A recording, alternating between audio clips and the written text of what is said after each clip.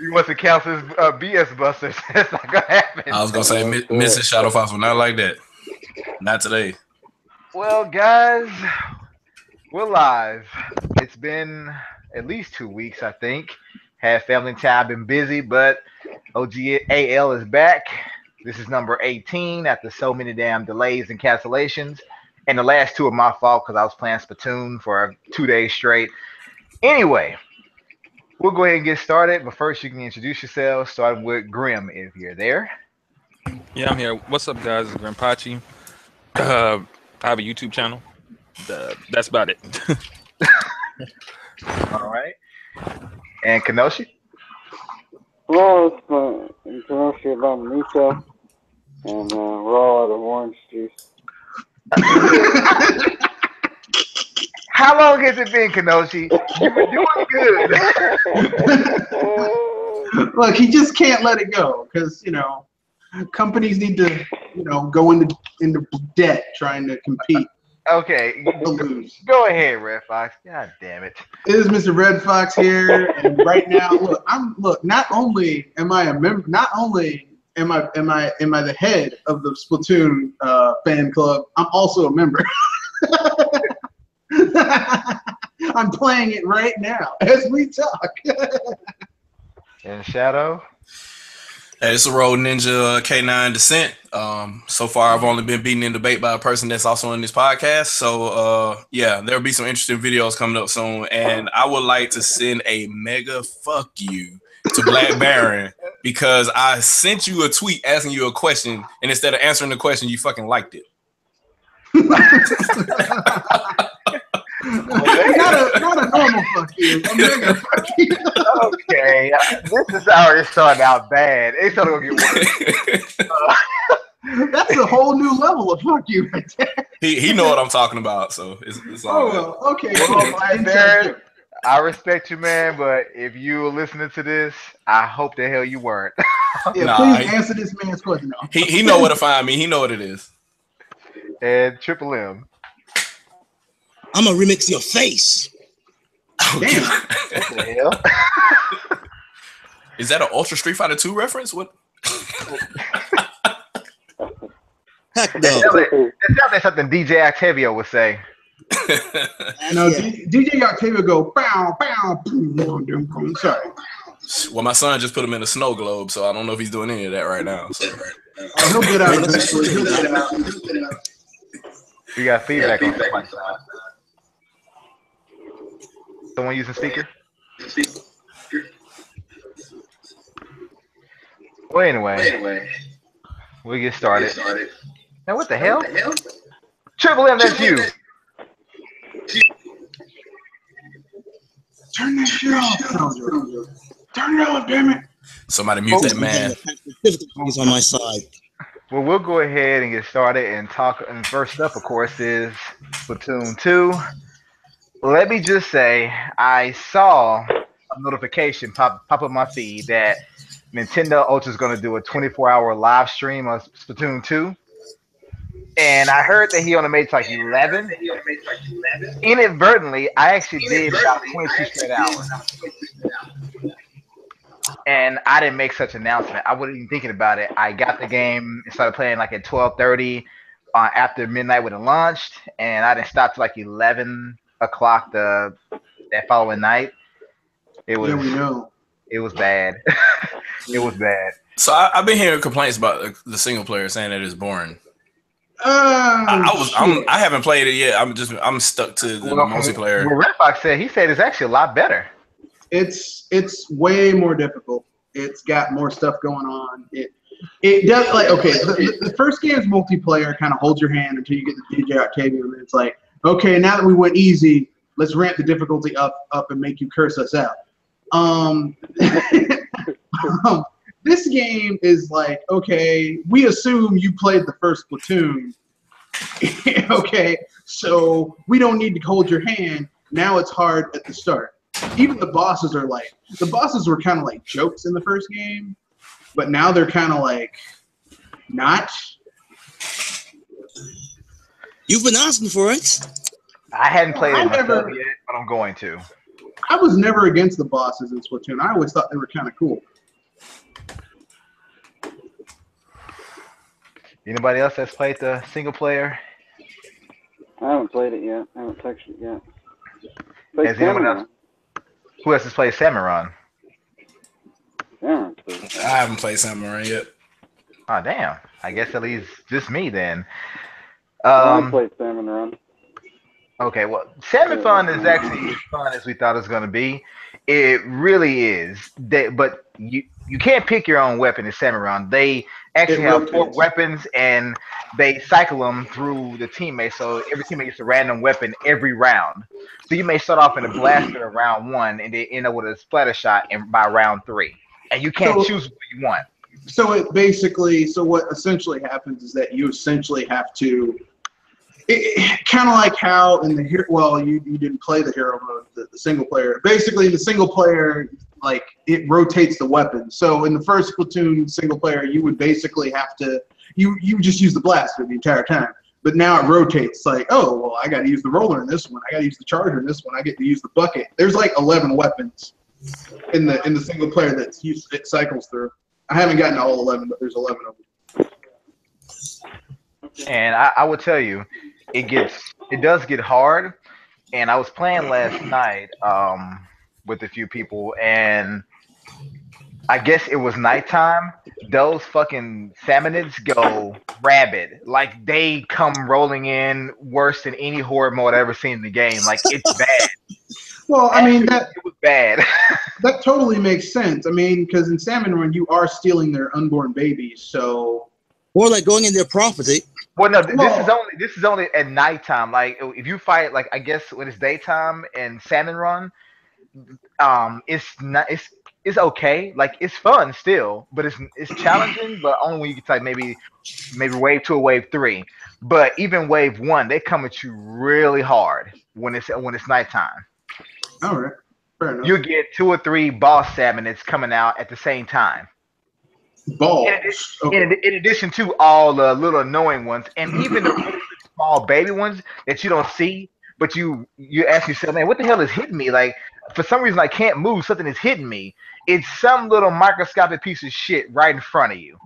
I have a question. What's with that Jaws mofo? It's like metal. The one like you're in the ink and you're like, yeah, I'm getting these eggs, and then just all of a sudden this thing pops up like Jaws and eats somebody. Oh yeah, that's one of them too. It swims in the ink and it pops up like Jaws and eats you. It takes about 2 or 3 times for you to shoot it when it pops up to kill it, or if you can get it to swallow a bomb when it pops up, then yeah. You can kill it just like Jaws, like Roy Scheider did in Jaws. Smile, you son of a. Now, if I've seen correctly on Sprite the stream, I noticed that there wasn't a percentage gauge that you guys went in. No, it was local. So does that mean the difficulty may be randomized? Each wave it gets more difficult. It does. Like wave 1, you may see a couple of boss salmonids come out one at a time, but by wave 3, you'll see 3 or 4 boss salmonids come out at once. Okay. And then the egg basket is not always in the same place either. Like when you start out, it may start at the very top of the pier, and then wave 2 it'll go down to the bottom off the shore, and then wave 3 may go on a different side, like at the edge or whatever. So it's in 2 or 3 different spots, and you never really know where they're attacking from, so you have to look around and you have to be sure you paint that shit up, because man, when you're getting hit from a stingray from one boss salmon, you got Jaws trying to eat your ass. You got that long metal train-like thing that's taking all your hits and still coming at you. You can literally die within the first few seconds in wave 3. This launch is coming on it as well. So are you saying that this is a co-op mode where you actually have to cooperate and pay attention to your surroundings? Yeah, that's insane. I don't. That doesn't exist anymore. No, I'm joking. Hold on, Red. You forgot one thing. Communication, right? I mean, you know what? I am not stepping into that dog. All the times I played Salmon Run, like I did not use voice chat. either on Hangout. I mean, I was talking to Sprite along with a few others on a Hangout, but the people I was playing with were just complete randoms. And I think last night before I went to bed, I was playing with Sprite, Kenoshi, and I think it was Renegade Zero. But we still didn't use voice chat to communicate to be like, come over here. We didn't do that. Like it's so rapid and so much is going on at once. You don't have time to talk this shit out. I honestly don't get the reason for voice chat in this game. I still don't get it. That sounds oddly familiar. Like, Shadow, I'm telling you, even in this horde mode, I will admit that good quick communication can help, but I can also say it can also be unnecessary. Yep. Even when I was on doing this with Sprite, Kenoshi, and Renegade Zero, I'm telling you, we were dealing with so much shit, even in Wave 2, that we weren't even talking. All you heard us do is complaining about being killed or about having so much shit to shoot. Someone was screaming in the background as well. That's crazy because that was the one mode I thought that you would need the voice chat for. I was like, maybe that's why they added it because of the horror mode. Once you get Shadowrun and you team up with 3 other people, I'm telling you, you know that first Avengers movie where at the end they all stood around in a circle while they're about to be attacked. There ain't no room to talk. That's what's going on in Shadowrun. It's like you realize you're being surrounded on 2 or 3 sides. You're like, fuck. All we can do is shoot. There's nothing to talk about. Shoot your way out, get this egg, and try to get back. Yeah, I had the same mind when the first time I saw Salmon Run being revealed. I was so excited about it. I was like, oh yeah, now this is a mode that actually does need voice chat. But then when I saw how fast and crazy, chaotic how that thing was going, I'm like, wow. Even in the Nintendo Treehouse, they're sitting right beside each other, are getting slammed. The only thing I think voice chat could really do is basically, add to the fun, like comedy. Well, add to the fun and just cussing people out. Like I was playing against Doc yesterday, and he splatted me, I splatted him, and the only thing we really did was just talk shit to each other. That's all. Just a lot of shit talk. Like for example, there was no go over there, go over here. We have been playing for a couple of hours in Turf War, and I have been winning most of the matches or whatever. We're on the same team. We're on different teams. I was in there with you. But yeah. Before he went to bed, he played one last game. We were winning the whole match, right? He killed me the very last 2 seconds of the match. He says, "Fuck you, Doc." Yeah. Well, there is that particular turf war you guys lost actually. First of all, and second of all, we were winning. Our side were beating your side, and there was 5 seconds left. There was no reason for me to kill him, but he had killed me so many times in other matches. I was like, well, I just gotta, one good turn deserves another. You kept it genuine. I had to be like, hey, man. And here's the thing. Before this podcast even began, I jumped on a Splatoon just for a little bit. He killed me like 3 times. So, I mean, look, that's how we show genuine affection in Splatoon. You splat the hell out of somebody. That's what you do. And back to Salmon Run, I would say this to anyone that hasn't played it yet. I'm telling you, it gets hard, and the boss salmonists are not just little mini bosses, in my opinion. They're using like specials, and each one you have to kill in a different way. Like the tall tower like salmon, you have to shoot all his damn neck off or his body before you can kill him. And then you have the one that shoots the damn Tentactech missiles, but you can't just shoot it to take it down. You have to throw bombs in the missile silos. And that means you can't just throw a bomb at it. They have to land directly in the missile silo and blow it up. So and then one of the times he shoots that stingray, he shoots that stingray laser at you the entire time. So they're using specials. So kind of like how the Octolings in previous, well, I don't know why I said previous. In the last Splatoon, you have those levels where you have to go up against Octolings, but these were like more powerful versions, so they'd be using like the boss weapons against you. Yeah, like the Octo Strike would be like the Octo Striker would be using ink strikes against you to take you out. And I've gotten killed by the regular salmonist people. Like they come off the shore with a damn skillet in their hand, knocking you the fuck out. That's And sad. it's embarrassing because it's like three or four of them. You think like I'm just gonna shoot them because they're easy to kill. When you're surrounded by 10 of them, I would suggest, please, if you don't have an automatic shooting weapon, leave. Leave. Just be like, fuck it, I'm out. And I've seen someone trying to, they were giving a blaster, trying to play it up close and personal. Okay, that was dumb as shit. It was dumb as hell. Like it teach you to use your weapon for its advantages. Do not try to take a ranged weapon and then get up close and personal. That shit's not going to work. It's not. But you have people that are greedy. Well, let me get an egg because it does tell you how many eggs you got, although it doesn't really affect your score. It's about the efforts of the team. But you have some people that get like 18 eggs out of the whole 40. You're being greedy. Thanks that we won, but come on now. Like, if whether I get an egg or not, it's just we have to make it through all 3 waves. But I would say it's challenging. And I look forward to teaming up with a few of you bastards from time to time when it's available. Yeah, I mean, yeah, like it took me about 3 days to get to level 10, but I mean, I had only been playing the game for like 10, 11 hours, not continuously, like off and on for the last like 3 days. So finally got to that level, so now I can play those.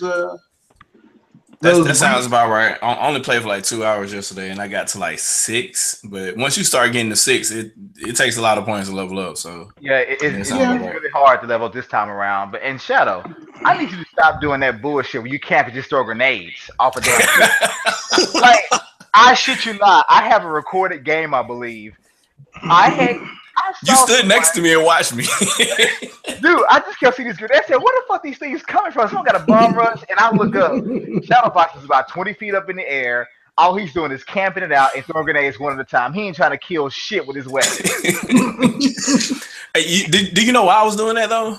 Because the people that we were matched up against, they were hoarding their special moves until the 45-second countdown, and they would use them. They would use them to make sure the entire middle was covered in their stuff. So I just kept, every time they tried to do it, I just kept overloading them with bombs. That was the only, and you gotta imagine I only had the starter equipment, so that was the most powerful thing I had. And the armor. Man, I just felt like you were trolling people. I'm like, what the hell is going on here? Like, but we have to keep it real. I played a few of those matches with Shadow, and he saved our asses when he activated the armor, which now helps everyone on your team. You don't have to be close to each other, and it's like, you save somebody ass when you're taking out some other dudes. Yeah, it was a method to my madness at the time. Because I was unequipped and I was playing. It was like some level 20. At one point in time, we were playing people that was higher than you. And I'm like, where are these people coming from, man? How they have all this gear? I'm sitting there. This one dude had he had splat doolies, but then he had a different special. And I'm like, I ain't seen that yet. So I don't know. I was just trying to do what I could because I was woefully under equipped. So I ain't even had a roller yet at the time. Basically, you were outgunned. Yeah. So do what you can. When in doubt, when out of bullets, nade. Raybox just said that same shit before we went live. Yeah, just people just throwing grenades. Just I mean, look, listen. It's a legitimate. Like, I played a match while I was talking with you guys earlier, and this guy had shit, I guess we'll come back. And I was using the Splattershot Pro, and I so missed the normal grenades to to smoke people out of their hiding holes. People I'm gonna crawl it. I'm gonna ink this wall and wait right here, and they can't do anything to me. They'll just run right past me. Like, not today, grenade. What's the name of is it Port Mackerel? Which one is the one that's the flattest warehouse stage where the little bulldozers are going back and forth? Port Mackerel. Yeah. So on that one, Port Mackerel. Yeah, I love it. Yeah, if you have the crawling grenades or whatever you want. I can't think of the name of those things, but they crawl forward or whatever and then explode. And I just use those, and they cover at the end of a match. They cover like so much range as far as turf goes. I would use one of those before I would even try to even use my main weapon on that stage anyway, because you could just set it off, let it keep going, follow it, and increase your ink back while you're following it, and then send another one out there, which is what I was doing. So being woefully under equipped again. It's just. Yeah, man, you got to do what you got to do, though. Yep. And once I finally got the roller, I was okay. Yeah. But you turn into a splooshaholic like Dr. Feelgood? Yeah, I had to do my, what do they call it, the downpour or whatever. Well, I don't forget the name of that special, but I was using that one. The rain cloud or the splashdown? The splashdown. That's what it's called. The splashdown, I gotta admit, people have been saying, like, I want the ink strike back from the first game, but the splashdown to me is a lot more flexible because the ink strike in the first game was slow as shit. Anyone could avoid it. Splashdown will catch you by surprise almost anywhere. Yep. Yeah, well, no, because you see that shine, and if you don't have ink to ink away, because you can't outrun it, you're done. It's definitely good for crowd control. Yeah. And I like that ink armor like you guys mentioned earlier, because that shit, the bubbler, people say they missed that, and I can see why, because the bubbler gave you invincibility, like unlimited damage for like 5 to 10 seconds. Mm-hmm. But you had to be close to your teammates to give them that same benefit. But this shit right here, it absorbs a full-on assault from a single weapon, and then it goes away. But I've seen teams repeatedly use that shit over and over and over, and it's hard to kill people. They go Rambo on you. Yeah, they'll run straight up with it. When you see them glowing eyes, all I can say is pelt bullets to keep them at a distance, or just run away and ink something else. But you probably won't win that fight. Yeah. Grenade, run away. But grenade, I would run say, away. but you know what? The bubbler is not gone. To me, the bubbler, the new bubbler is a baller. Basically, The baller is the most trolling special weapon in the entire game because it's a combination of the bubbler and the kraken. You can roll through enemy, you can climb walls. The explosion is not as powerful as a splashdown, but it's just. I have a video. I'm gonna upload this. I was going against Sprite. He's on the opposing team, man. He seen me after my bubbler. This dude popped off a few shots, didn't work. He started running backwards. I literally chased his ass down. He went to a lower area. I jumped off and activated the explosion mid-air. I chased him across like the whole level, really.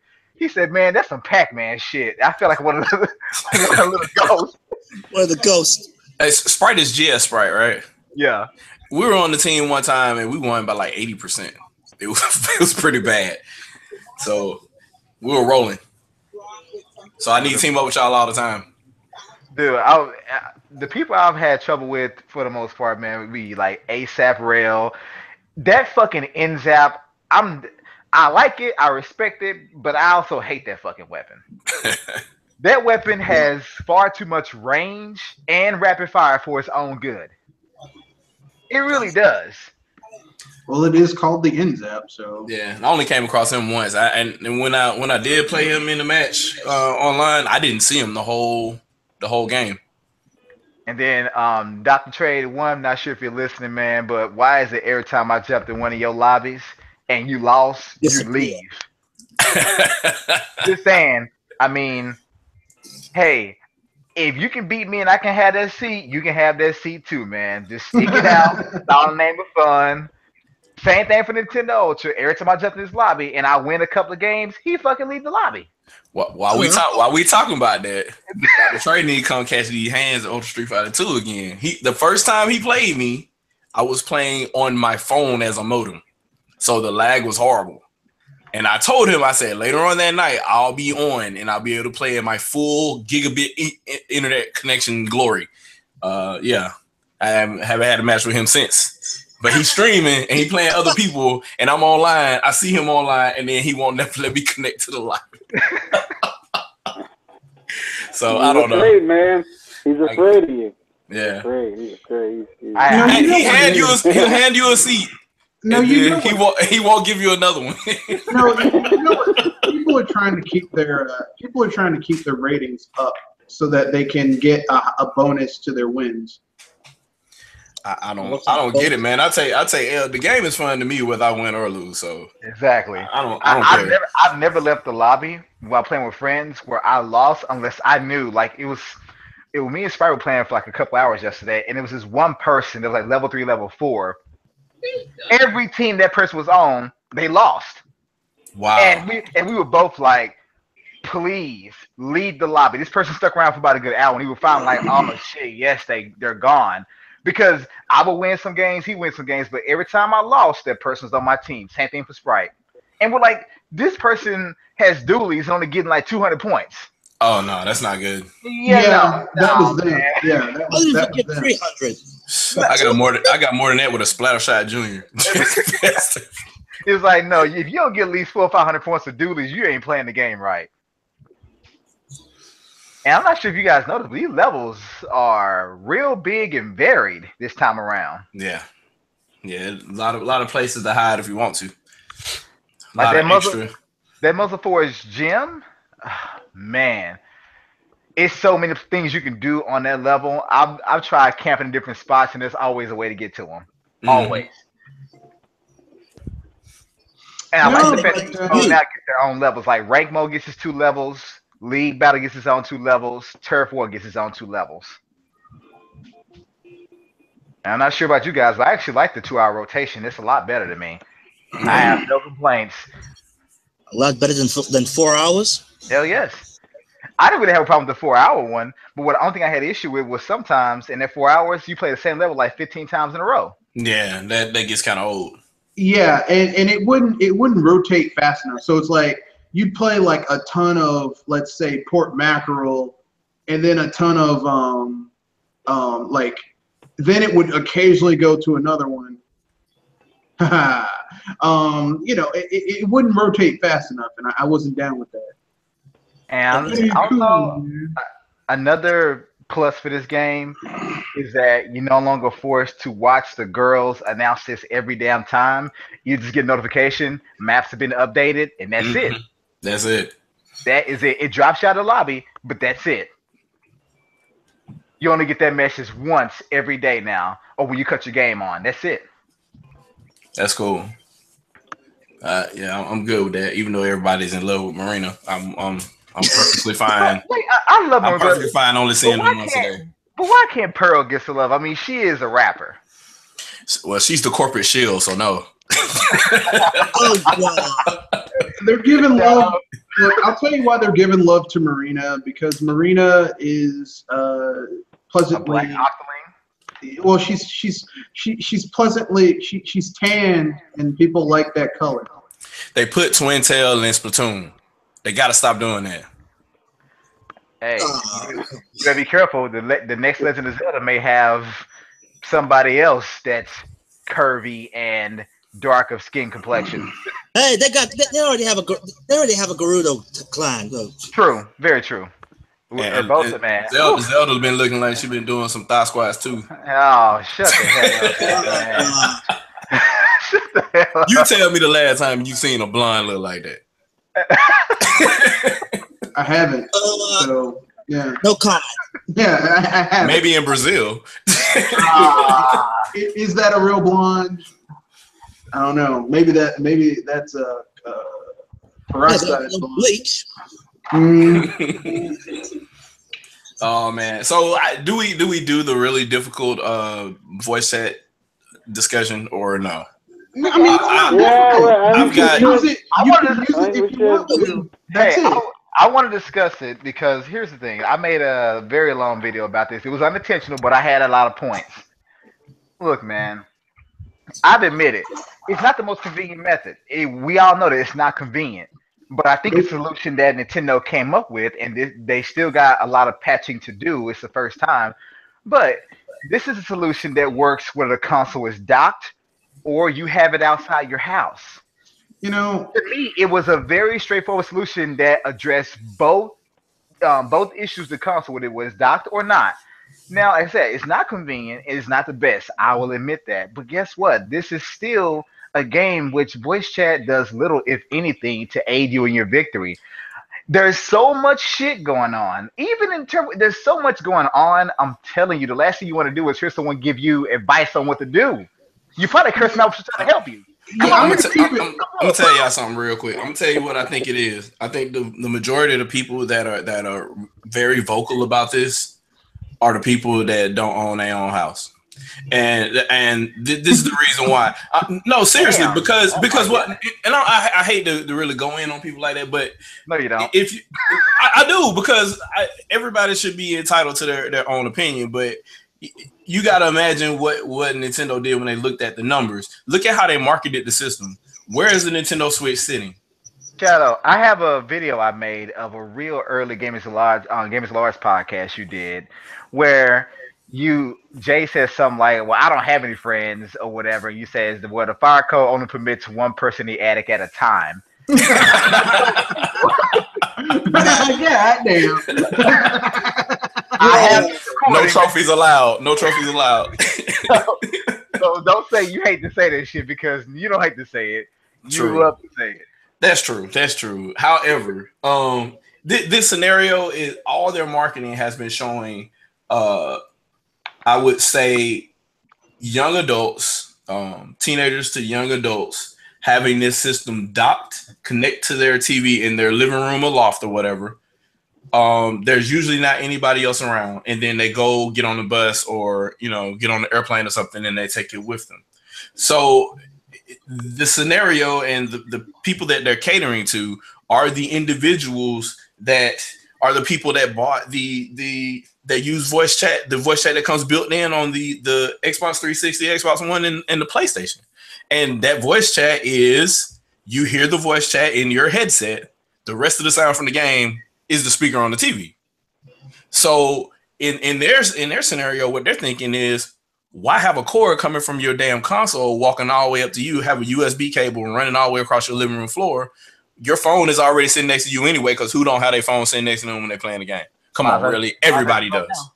So you have your phone sitting next to you. You're playing the game or whatever. You just have the little headset, headphones that came with your phone sitting there, and you're voice chatting while you're playing the game.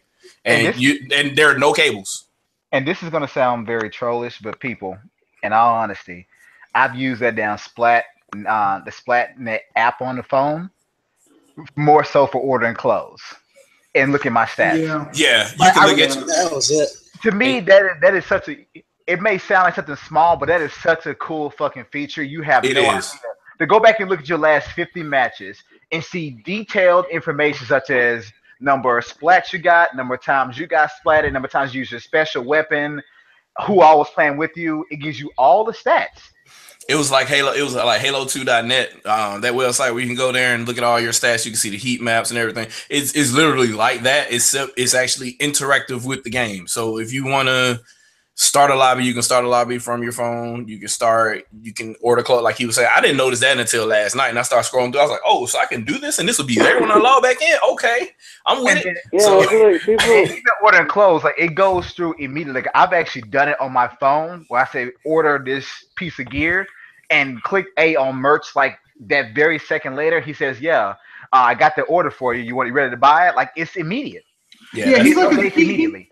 He's basically another drug dealer like Spike.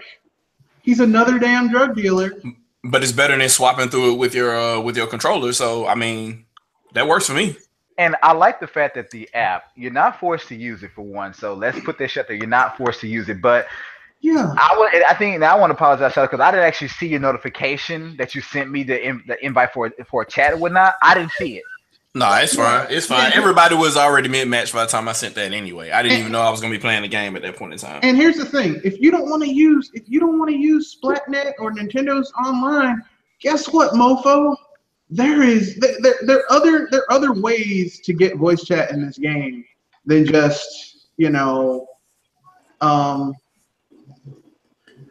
What do you mean, Red Fox? What service could you be talking about? It's not the one we're using right now, is it? Hold on, check this out. We can use that. Use Discord. I mean, you can fucking call someone on your smartphone. Hold on. Aries73 in the chat said, to be honest, voice chat is the most overrated concept in video games, and I will have to agree. It has nothing to do with the fun of the game. Because look, when I go into a Call of Duty game on the PS3, or when I was playing on the 360, playing Halo 3, I would just end up muting people. Or in Halo 3, you didn't need to talk to anyone. Even in team battle, you didn't need to talk to anyone. Everybody knew what to do. Everybody knew what the objective was. So it's just like, you know, I mean, like, you can play off other people without saying a single word. well, I mean, here's the thing. Here's the thing that I hate. Here's the thing that I hate about that really grinds my gears, if you will, about a lot of these games. A lot of people always talking about how they want voice chat. They don't want voice chat. They're like, well, it'll help the game. No, it won't. You want voice chat because you want to talk to your friends while you're playing the game, like you would do on the phone. Except, you know, they don't like. It's too girly to just get on the phone and talk to someone. So instead, they're like, I want to be able to play my games and go through the. Like, I mean, let's keep it real. Online chat for Xbox, like through the system, through your little 3.5 millimeter jack, is shit. The online for the PSN is shit. Really, the best online voice chat you'll get is on PC. But they've been having that for years, and they didn't charge you for it. So You know what else I've been hearing though. On top of that, I've heard more than a few people, even prominent YouTubers, saying that this needs to also be on the Switch. And their reason for this is I shouldn't have to be forced to download it on my phone and have my phone with me. Like Shadow Fox said, who doesn't today always have a phone with them, for one? And two, my thing is, who the fuck wants to have to turn on their Switch, go into and chat with someone without even playing a fucking game? I don't want to use my system to make a phone call. Like, I do that now through Hangout. It's killing me. Go ahead, man. I got something to say to those people who are big Destiny fans. Don't complain about using an external app to get access to certain features, like, you know, parts of a story that were cut out and then put as Grimoire cards on their website. So if anyone complaining about that is a big Destiny fan, I don't want to hear it. Or the whole thing when the Wii U came out anyway, and they didn't know whether it was going to be successful or not. The smart glass and the PSN app, that type of stuff, those were additional features that were locked to an app per se. So you can't really. It kills me because those technically, some of those features you should complain about more, because those are actual features that enable you to play the game differently. Voice chat don't do shit. Now, here's what I have a problem with all these videos that actually has the clickbait title, basically implying that the whole app is a disaster. well, I mean, But then I actually look at the video, listen to their complaints. I'm like, wait a minute, you're only talking about voice chat, the voice chat app. So why are you putting on the title implying that the whole app is a disaster? And even that isn't bad, because the sound quality is actually pretty good once I finally got somebody in the lobby. yeah, well, I mean, the thing that gets me about this whole the Sound better than Xbox Live. Yeah, that's the thing. People forget that. People forget that Xbox Live sounds like garbage. It does. Sounds terrible. No matter what kind of headphones you're using, if you're buying like $300 pairs of headphones, it still sounds like ass. It's not that good. They want you Xbox Live's voice chat. The reason people think Xbox Live's voice chat is good is because Xbox Live, they were fooled into thinking, oh man, I'm paying for this, so it must be good. Just because you pay for something doesn't mean it's good. You can buy cheap ass. You can buy something that's cheap as hell. That doesn't make it good. Okay. That's Skype is free. I'm gonna let everybody finish before I chime in, because I know I'm gonna be totally opposite. Oh, well, go ahead. That's I'm all right. gonna let everybody finish first. No, go ahead. Go ahead. I feel differently about the voice chat thing. The app itself, you are right. People are focusing on just on the voice chat part when they say it's bad. They probably should change their narrative, because everything else about the app, like the buying, the clothes, you know, you're looking at your leaderboards. That stuff is fine. That stuff is cool. No one has a problem with that. It's how you connect, how it works. It doesn't. It's not. It's very convoluted for a lot of people. I don't know anybody that thinks it's well done. And you know, Nintendo may change it. They may not. I don't know. Nintendo's very weird when it comes to updating stuff. So I get why people have a problem with it, because if this remains the same, and you know, eventually you have to pay for this stuff, people aren't going to like. I mean, some people can look past and say, all right, I'm paying to play online, but Nintendo's voice chat is crap, so I use something else. But a lot of people are going to look like no, if I'm paying, I want everything to work right. Everything should be good, not just this one part. So, Graham, here's my question to you. Do you think most people are upset with this implementation because it's different? Because the way I see it is, if you follow the setup the way that Nintendo wants you to set it up, it's really not adding extra steps. It's not that convoluted at all, really. So I'm wondering if it's just because it's not par for the course as far as how PSN and Xbox Live are set up, or say if you had Roger Wilco back in the day, you just press a button and chat. Is it because it's not exactly how those are set up that people were complaining, or? I think the issue is because this was, you know, told to us this is party chat, but the way it's structured, it's like it's blending party chat and in-game voice chat, and it just doesn't make it. Like when I saw people using it, and they're like, well, when we go into a game together, whoever's on whoever's team, they split the lobby up, and you can only talk to people on your team. Now, I'm not saying that's not cool, right? Because I've been in parties where we play a private match, and you know, sometimes depending on how serious we were in this private match, we may go into other party chat systems. Like you know, we'll be on Xbox, they'll go into their own live, we'll go into our own, and we'll play and we can only hear each other, right? Or we'll mute each other. We'll mute the people that's on the opposite team, right? Yeah, because what's the point of listening to the person you're trying to kill? But that depends, because we may be in the mood to have fun and talk shit, or have fun just, you know, like it's not even just about talking shit. There's been plenty of times I play Call of Duty with my friends, and they do stuff, and I don't know how to do it. Or, you know, not anymore, but, you know, because I've been playing the game so long. But, like, there were times where I didn't know how to do stuff. So being able to talk to them while they're whooping my ass and trying to figure out how to play the game, that was very helpful. It's fun to talk while playing the game. I can agree with that, but that's only one small scenario, and I'm not saying it's the only one, but that's one scenario where it could be fun, could be useful, and people would like it. Hell, I would like it. I like the fact that even now in some later Call of Duties, especially in Black Ops 2, when I kill someone, for about 2 or 3 seconds after I kill them while they're watching the kill cam, like I can hear them bitching about the way I killed them. Like I would kill them and then like I'll hear them say motherfucker or whatever. I hear them say that shit. And it's fun to hear that at times. But do I need that? No. Does it add to it? Yes. But it doesn't really change the experience. Not, at least not for me. Yeah, it's more social than gameplay, but I get what he's saying. It is a valid point still. Well, gaming, yeah, I mean, gaming is like, a very social thing. I'm going to keep it real. I understand where you're coming from, Grim. And here's the thing. You're right. Their voice chat does need to get better, especially when they start charging people for it. It's not where it needs to be for charging someone for it. You're absolutely right. What I will say, however, is that despite all of that, it's still not as bad as it could be. You know, here's the thing. It needs to be better. It needs to be better. But I mean, right now it is free. They are in their learning period. And Xbox Live was not good day one. Oh no! Exactly. And that was my whole point. It's like, okay, I understand this app.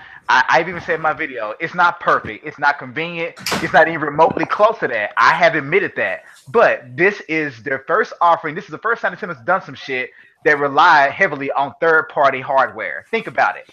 They've had a voice chat app on the Wii U and even the Wii, but it's a third-party application they rely on now. I'm sorry, third-party hardware. That's something they do all the time. But even with that said, I'm thinking to myself, look, YouTube was not as good as it was in their first launch. Neither was Skype or Discord or anything. They grew over time through feedback and adding features that people have told them about, or just bits about certain things even. So my thing is, give it time. This is only the first damn month. So if nothing else, it's the first time the app is released. If nothing else, give it time. If it's still the same way a year from now, then we know, like, okay, This is what they want to do.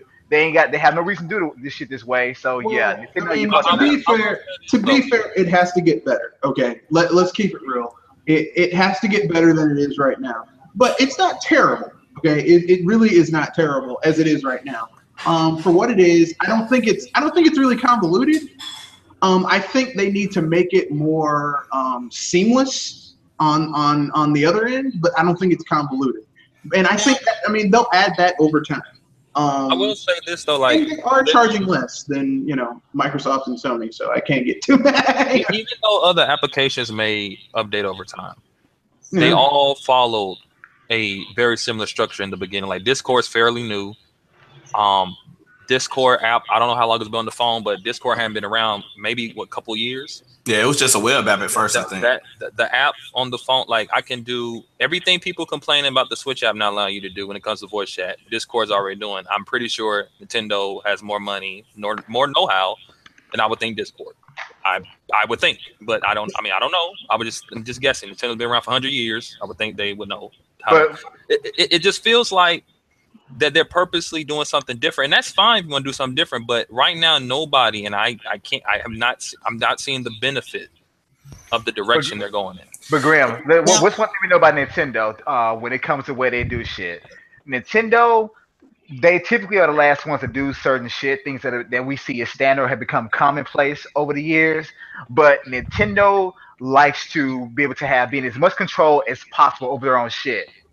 They had to make something for third-party hardware, which means they have really no control of the hardware. They can't tell people to do shit at all. They cannot do that. They want to be in as much control as possible. Even though they've admitted they can't control social media and things like that, you got to still know, if you know them, they want to still be in control somewhat. And they want to do something slightly different, they're going to do it different. We know that Nintendo likes to do things their own way. They like to have control over their ecosystem or protect their asses if they can. Fair enough. That's business 101. As someone who owns a business, I can understand where they're coming from with that. That being said,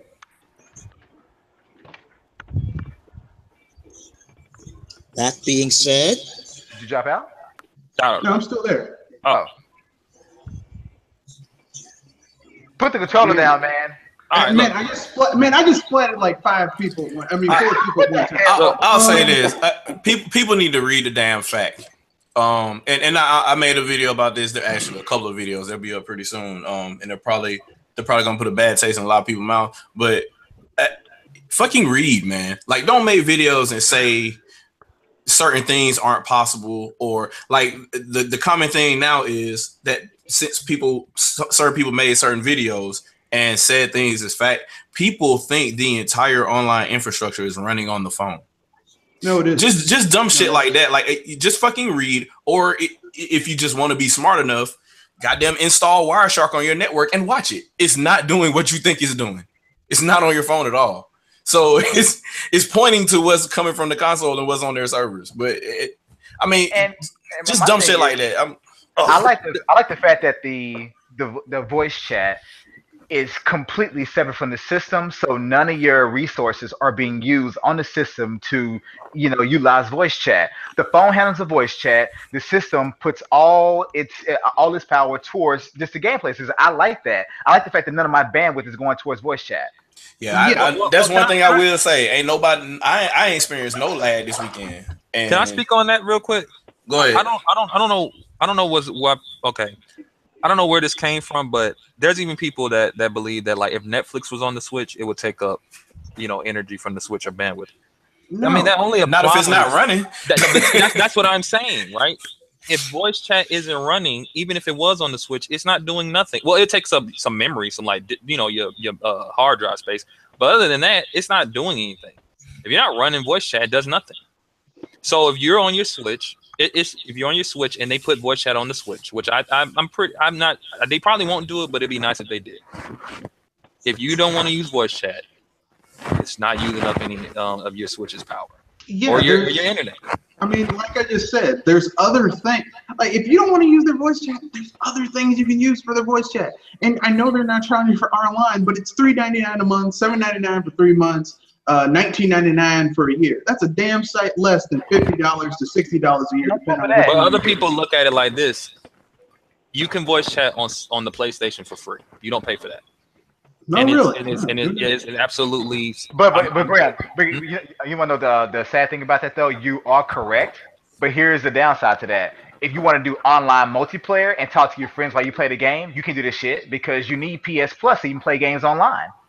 Yeah, Ain't but that I'm a just saying, bit? if you want to talk, you can do it for free. That's what I'm talking about.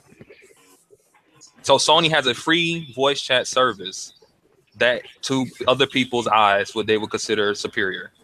Then Well, Nintendo's essentially I'm- going to be paid for. I'm going to disagree with that one because the online, as someone who has who has played, who's done voice chat on a PS4 and a PS3, it may be free, but it's not that good.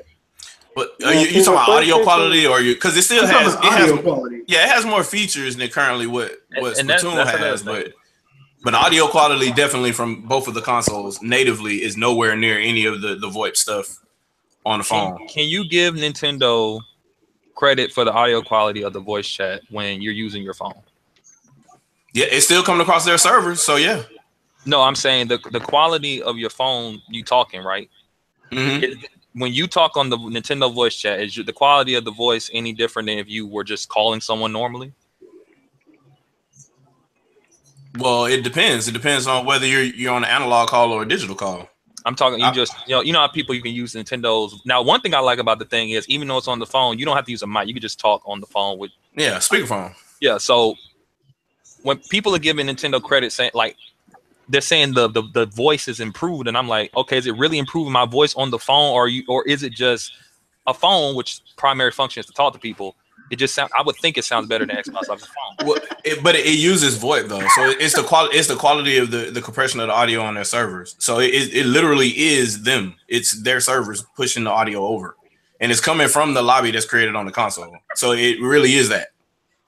Look, I have to try it out myself, but I found that to be strange. That a lot of people were saying like it's better. I'm like, well, it's a phone. I would think it would sound. Yeah, better. it's not like say Skype or anything like that. It's not going from phone ISP to phone ISP. It's not anything like that. It's literally the game talking to the server, having a lobby on the server and on the console, and it's pushing that data over, and your phone is literally just receiving.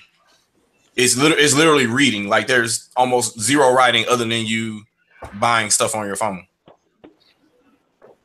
Like I really just hope like it does improve, especially by the time they start charging for it.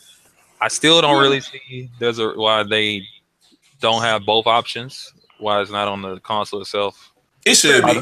Unless the Switch. I don't know if I don't have a Switch. I don't know if the Switch may not be that great at multitasking. I'm not aware of that. I don't know.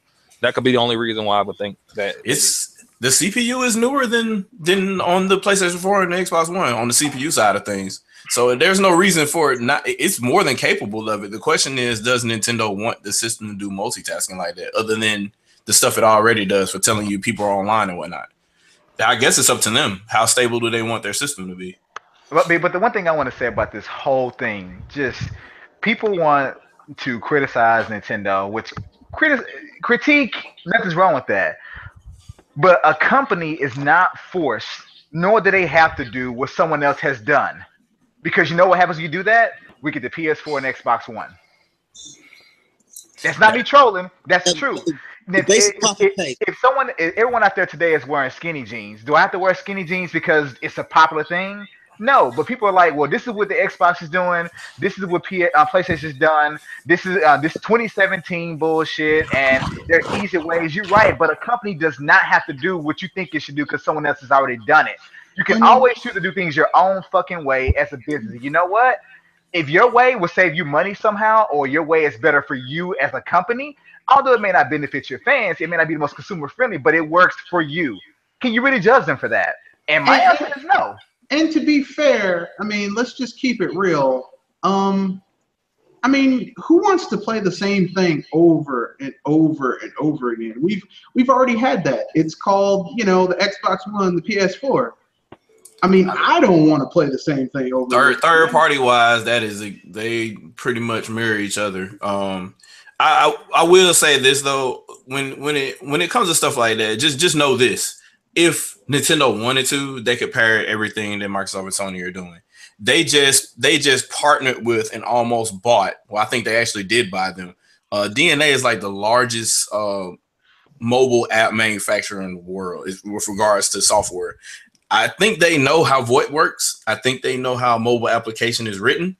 So at that point, they have employees there and Nintendo proper internally. They know exactly what to do if they wanted to mimic what they were doing. If they're choosing not to do that, it's probably for some good reason on their end as far as business goes. Perhaps it's maybe prohibitively expensive to host stuff the way that they're hosting it. They're already paying for Amazon. They're in a long-term contract with them. So they're going to be using Amazon S3 for probably another 10, 15 years. Cheap. Or they're just being, I mean, look, we all know Nintendo is cheap as hell, okay? They're a cheap, I mean, look, listen, Nintendo could pinch $1 and get $1.50 back. Which, unfortunately, to them, doesn't impress their investors, which I don't understand. How can you be an investor of a company that is doing nothing but making profit, and all you want them to do is bleed profit? Like, because they want to have more money. Every time they make a decision that sounds completely safe, you be like, oh, well, they sure gonna make money off of these because they only release so many of them, and they making a killing in profit every single time they sell one. The profit increases, their quarterly profits increase, their shares go down in price. Like, what? Who are these people that are investing? It doesn't make any sense. And especially if you've been on the board for a long time, why are you making a long-term investment with a long-term company that you know is going to benefit you long-term, but you're still complaining every quarter because you're not getting short-term results? Like, it doesn't make any sense business-wise at all either. So I don't know. Like, the Michael Pachters of the world, we know why he acts the way he acts.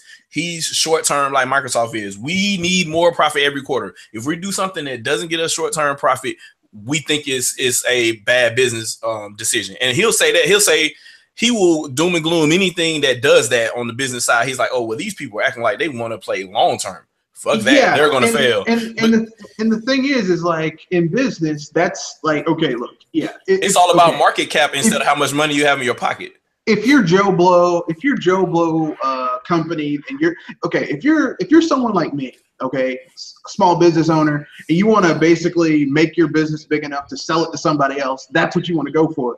But I mean, Nintendo is a company that's been around for over 100 years. They're never selling. I mean, they look, listen. I mean, like they're a major part of their local economy. Okay, look, those people. I mean, you might even have generations of people that have worked at that company. Okay, this is not something they're like, well, you know, we're having short-term gains. I mean, because we can look at short-term gains. Sony is, we're going to focus on what's important right now over the next 5-10 years. And that's why they went from being worth like over $180 billion to being worth maybe now around 50, 60 and being billions of dollars in debt. Yeah, that's the way to go. Yeah. So I got a question for Grim. What do you think? And this is coming from this. I just want to know from your perspective. Because you still have a preference towards the PlayStation platforms, right? I'm guessing. No, I mean, not anymore. No, I mean, I never. Okay. I just play whatever I want to play. Okay, so if you were, all right, so you see what Nintendo's doing now. What would you, if you had your way? What do you think would be the best direction going forward? They already made this, which is considered by many a mistake. How do they correct that going forward? Talking about the voice chat app, or you talking about Nintendo? The voice chat app. If I was Nintendo, I would make the voice chat app very similar to how everything else works. They can keep the other stuff, like the connecting to a game and you could go through and buy stuff on Splatoon. That's cool. I would completely get rid of the fact that, or I would reword or rechange what it is. I would not. You should be able to just talk to people, no matter if you're playing a game or not. Me personally, that's what I feel. Because that's how every other party chat system works. And to be honest, customers who have been on other platforms are going to be used to that, and they're going to be looking for that. And that's what they're going to want. Now, whether or not we increase the price of whatever Nintendo service is called online, then the price may have to increase. Maybe they could do it and they don't have to increase the price. That way they'll have a one-up and say, hey, look, we're doing this over here and we're not charging as much as Microsoft. I would just completely make the thing like everything else because that formula seems to work. No one has a problem with it. Everybody seems to have a problem with what Nintendo's doing right now. Okay. And I'll put it on the system.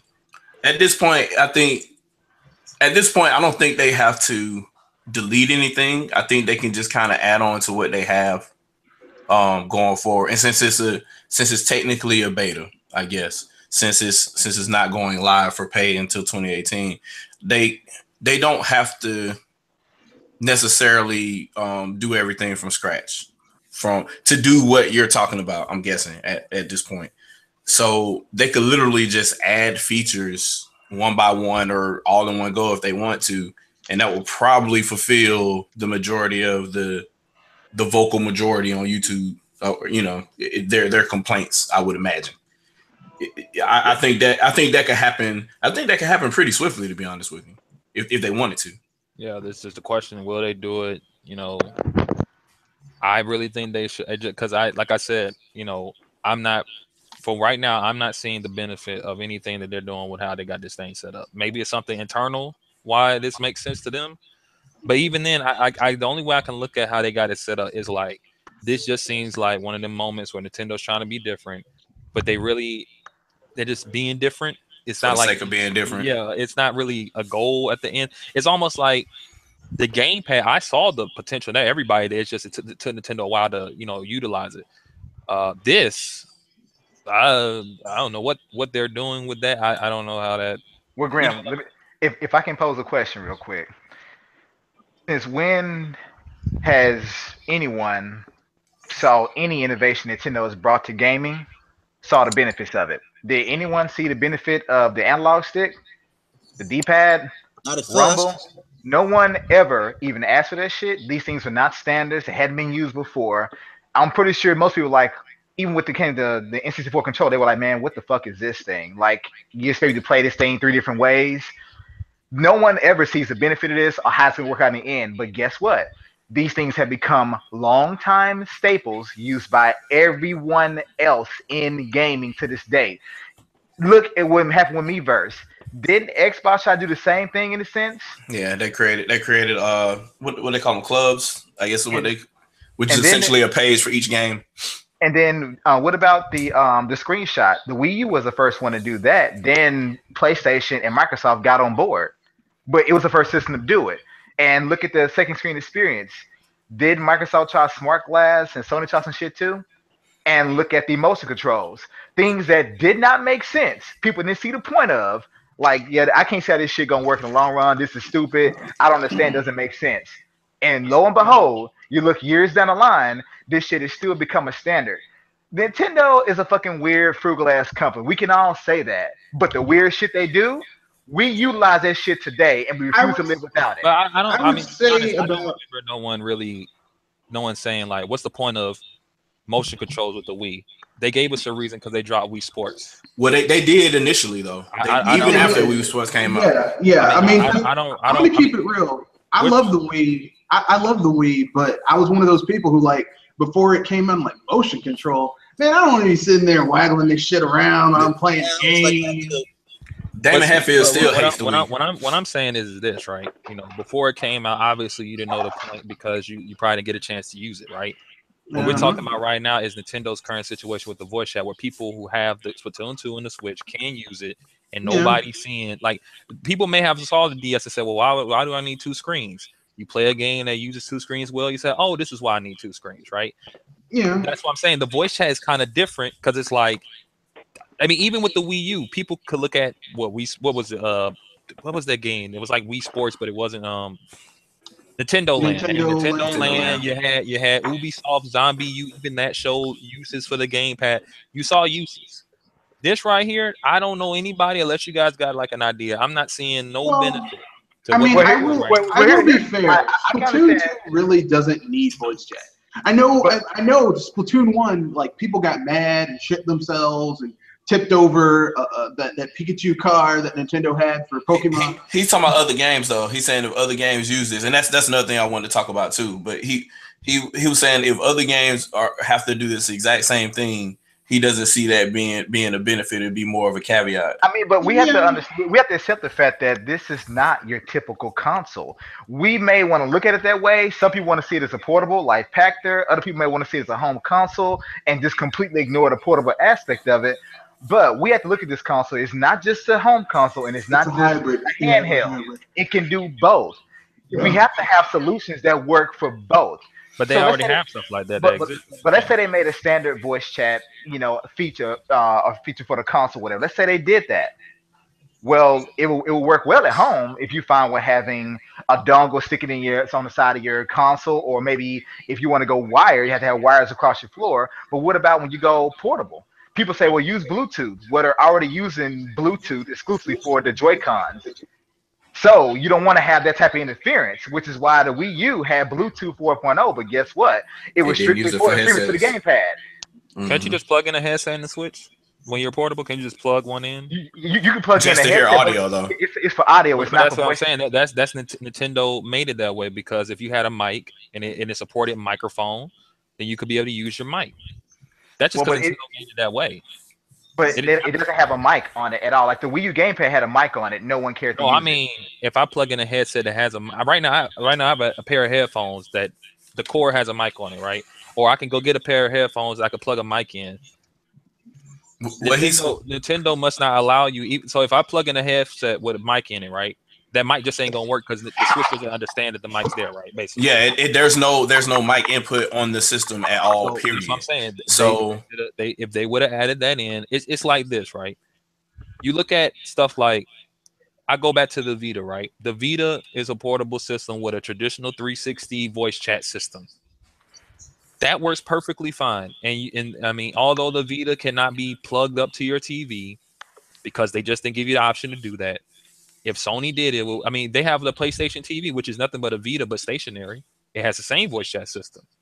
So if you were able to take the Vita and plug it to your TV, you could use the voice chat system that way.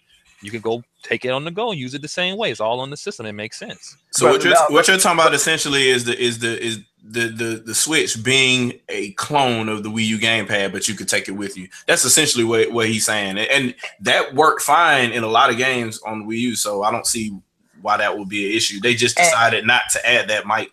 They just didn't do it. And I personally would love that. Like through software? Could they do a software? No, it's not there. The extra pin, the extra ring isn't there to use it as a mic. See, I would love if it had a built-in mic to allow that. I mean, I really would like that. I think they should do it. But when it comes to the Vita and the other things that have this simple voice chat, system, how much? And I don't claim to know, but how much is it really and truly utilized? Because as I said, Nintendo is a very frugal ass company. When something's underutilized and it costs them money, they'll axe it. I wonder why. We all know the Vita didn't sell that well, right? But we know, I know because I have one. I use Vita voice chat all the time, and people who have Vitas, when I play Call of Duty with Vita, I hear people talking all the time because it has voice chat. Built it does have party chat, but I'm talking about that game Call of Duty has just voice chat in the game too, so you can play and talk to people without being in a party. So even though that system didn't sell well, that is being used there. The Switch, which I guarantee has outsold the Vita or it probably hasn't outsold it, but it's going to maybe by the end of next year or this year. I don't know how much the Vita sold, to be honest. So I think the more popular system, if it had a voice chat system that was simplistic, kind of if you want to use the word standard at this point, a lot of people will enjoy that and like that you can get in party chat, or that Nintendo will have to put voice chat in the game itself, but if the game had voice chat support, you can use voice chat.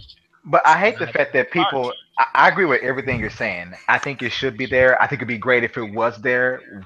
With Splatoon, it's barely even useful, but I could appreciate having voice chat there, whether I'm playing a game or not. I would never say no to that. That's the thing I want to talk about. So you mentioned Splatoon, right? This is the game that Nintendo didn't even want voice chat in the original game to begin with, right? But if you look at the Nintendo Online app, you notice something. There's an API there, and there's different sets of lobbies for different types of games that you would have. There's a big blank space there, and the only thing that's filling it up is Splatoon 2.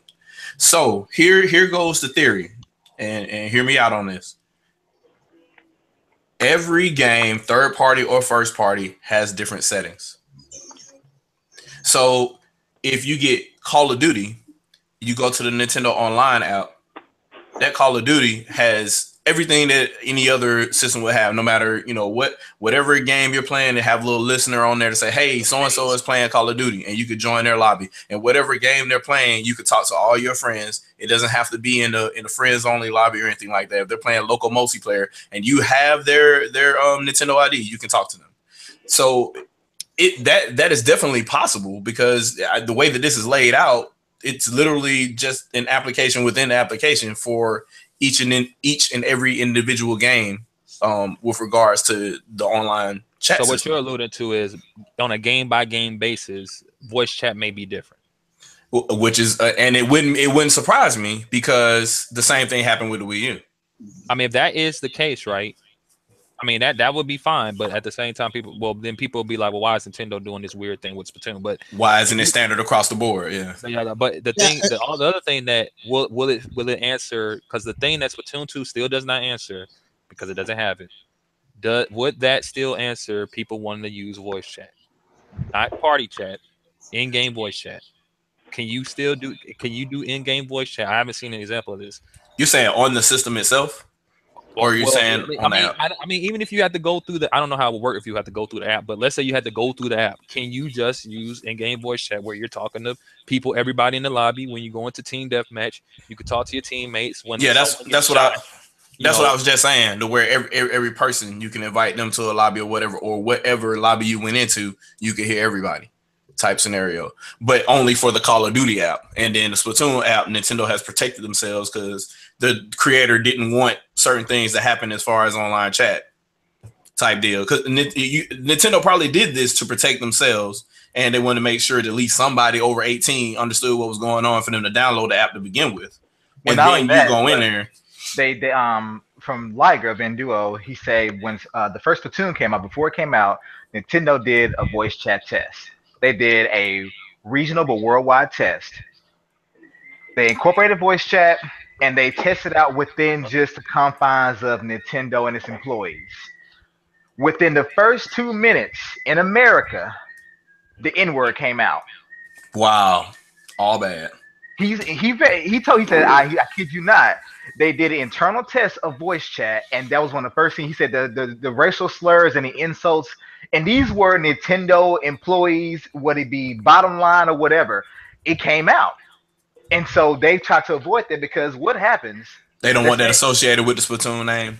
Let's say this thing just wasn't your headset. Let's say somehow it was playing through the system or the TV or whatever. You're a parent or whatever. I'm not saying, I know people are gonna say, well, we're not kids, we're adults, whatever. But if a parent was to walk in a room with their child playing this game, and someone says your mom's a bitch, and she's right there, is she gonna blame that person, or is she gonna blame Nintendo? That kid's never getting Splatoon again for their life. Well, I mean, because I said it because someone tried to sue Nintendo over Splatoon.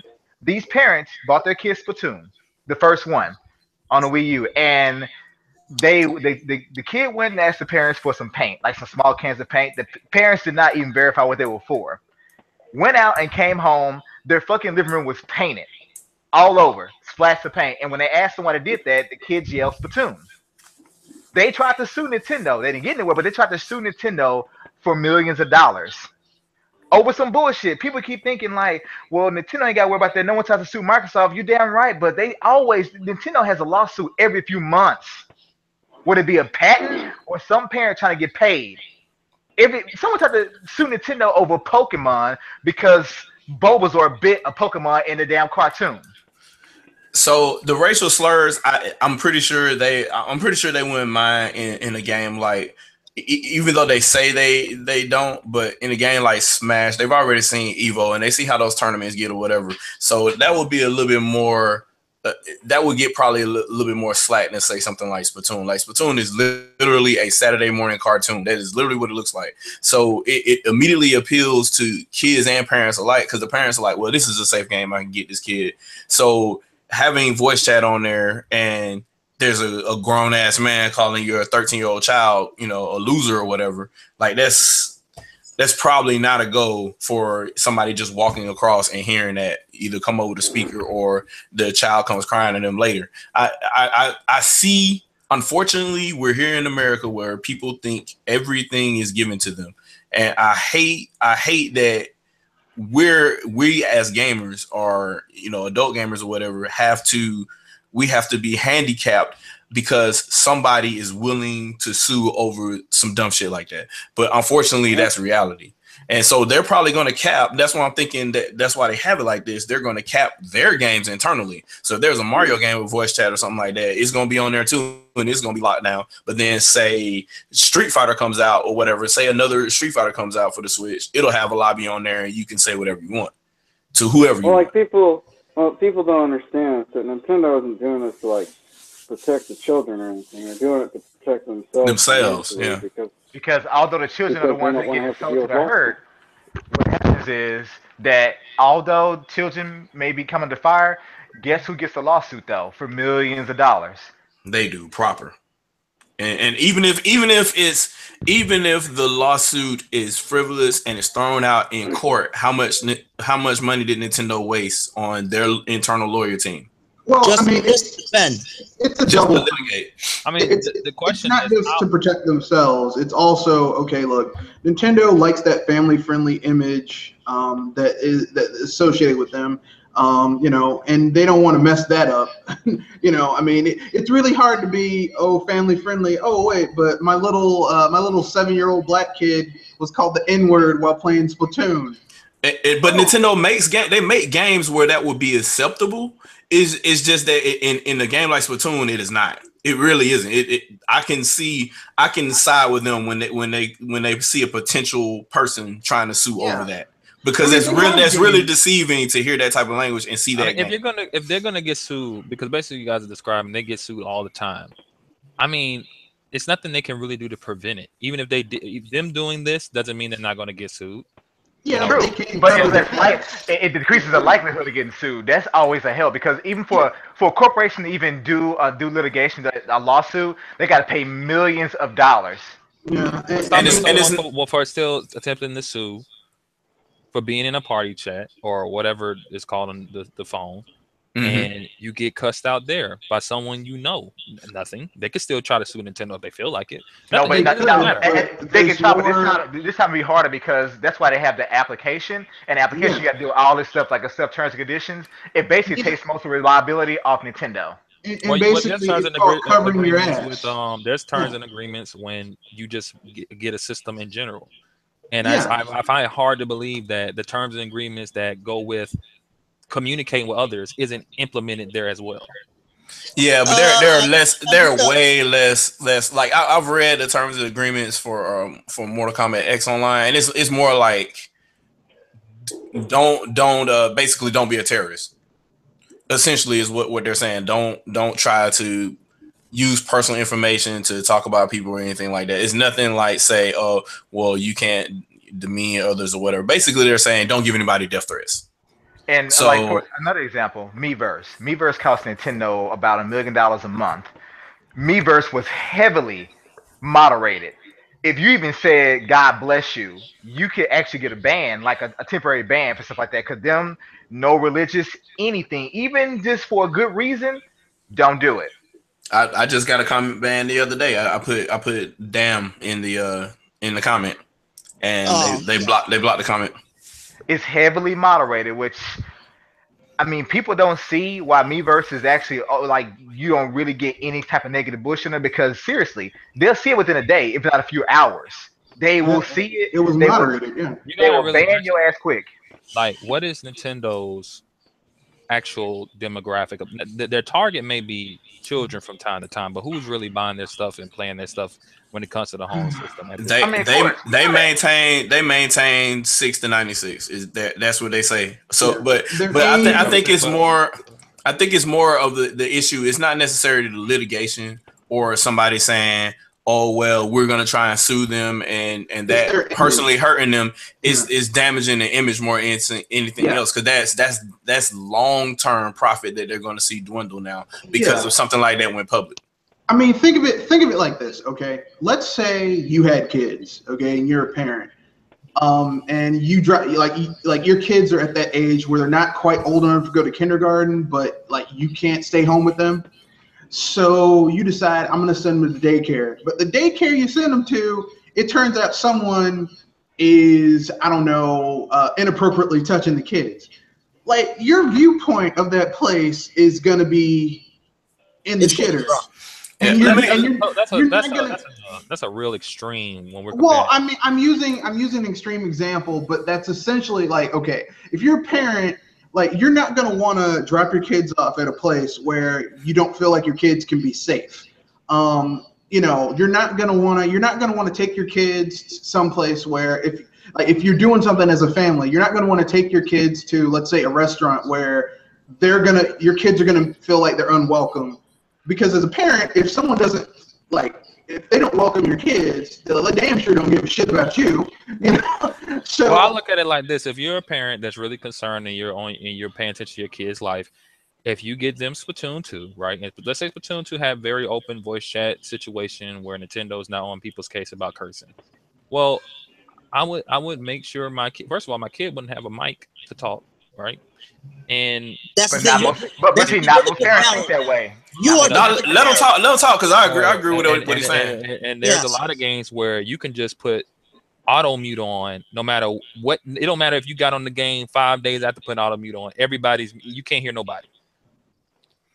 If we're talking about a really concerned parent that's really paying attention, I don't see why that's not possible for them to do. Like, Nintendo went out of their way to promote the parental controls on this thing too, and they're way stronger than they were on the Wii U. So like down to you can calculate down to the minute when anything inappropriate has happened per account.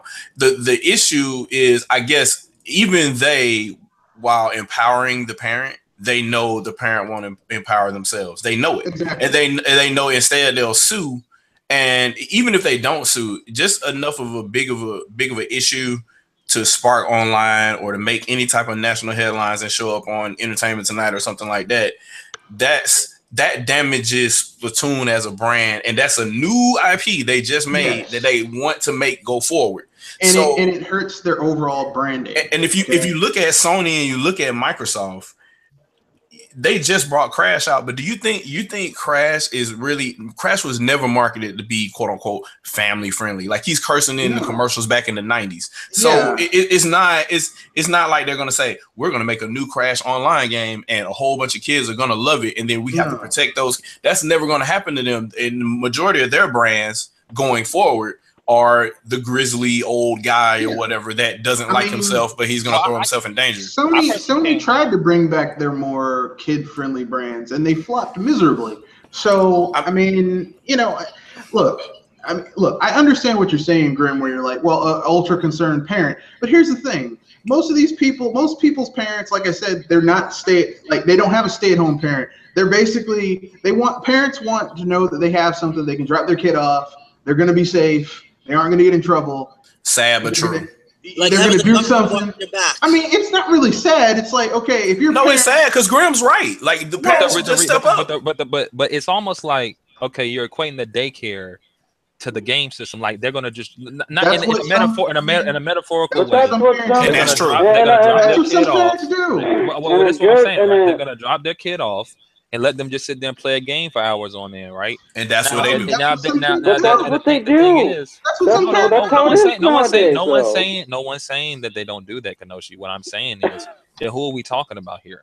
We're talking about a very hypocritical individual because it doesn't make sense if you really want to pay attention to your kids and what they do. Because to be honest with you, a lot of these kids don't look. And people don't like when I said a lot of these kids are playing Call of Duty and Grand Theft Auto. They're not playing. Of course they are. So their whole kids are going to hear bad language. The kids are cussing me out, calling me the N-word online. That's what's happening. You know what I'm saying? True. So that is true. I don't think any of that, and to the general parent nowadays, none of that matters. This is not the 50s or we hear someone curse. Well, you know, it's the end of the world. So Grim, you're right. You're right. But you're You're also right. wrong. Okay? Well, no. Well, he's right. He's right in both scenarios. Okay. You're right. The actual fact is that you're right. The kids are the ones who are doing all that. But here's the thing: it's not so much the actual what's actually going on. It's the perception of what's going on. Like perception to the bad parent that's not responsible, and they find out. The parent who's given a half-ass effort to basically have their kid play something that in their head is not going to be too bad. They want to know that their kid is going to have some level of protection. They're not going to go into the parental settings, typically speaking. Well, I got to make sure. Like I remember there was this thing where they had like for Comcast cable where it's like you could set how long the Wi-Fi lasts for certain devices. How many parents actually do that? Nobody. I mean, they also don't have to buy their kids a headset. True. When they buy the system. So this is my point. This is my point, Graham. My point is this.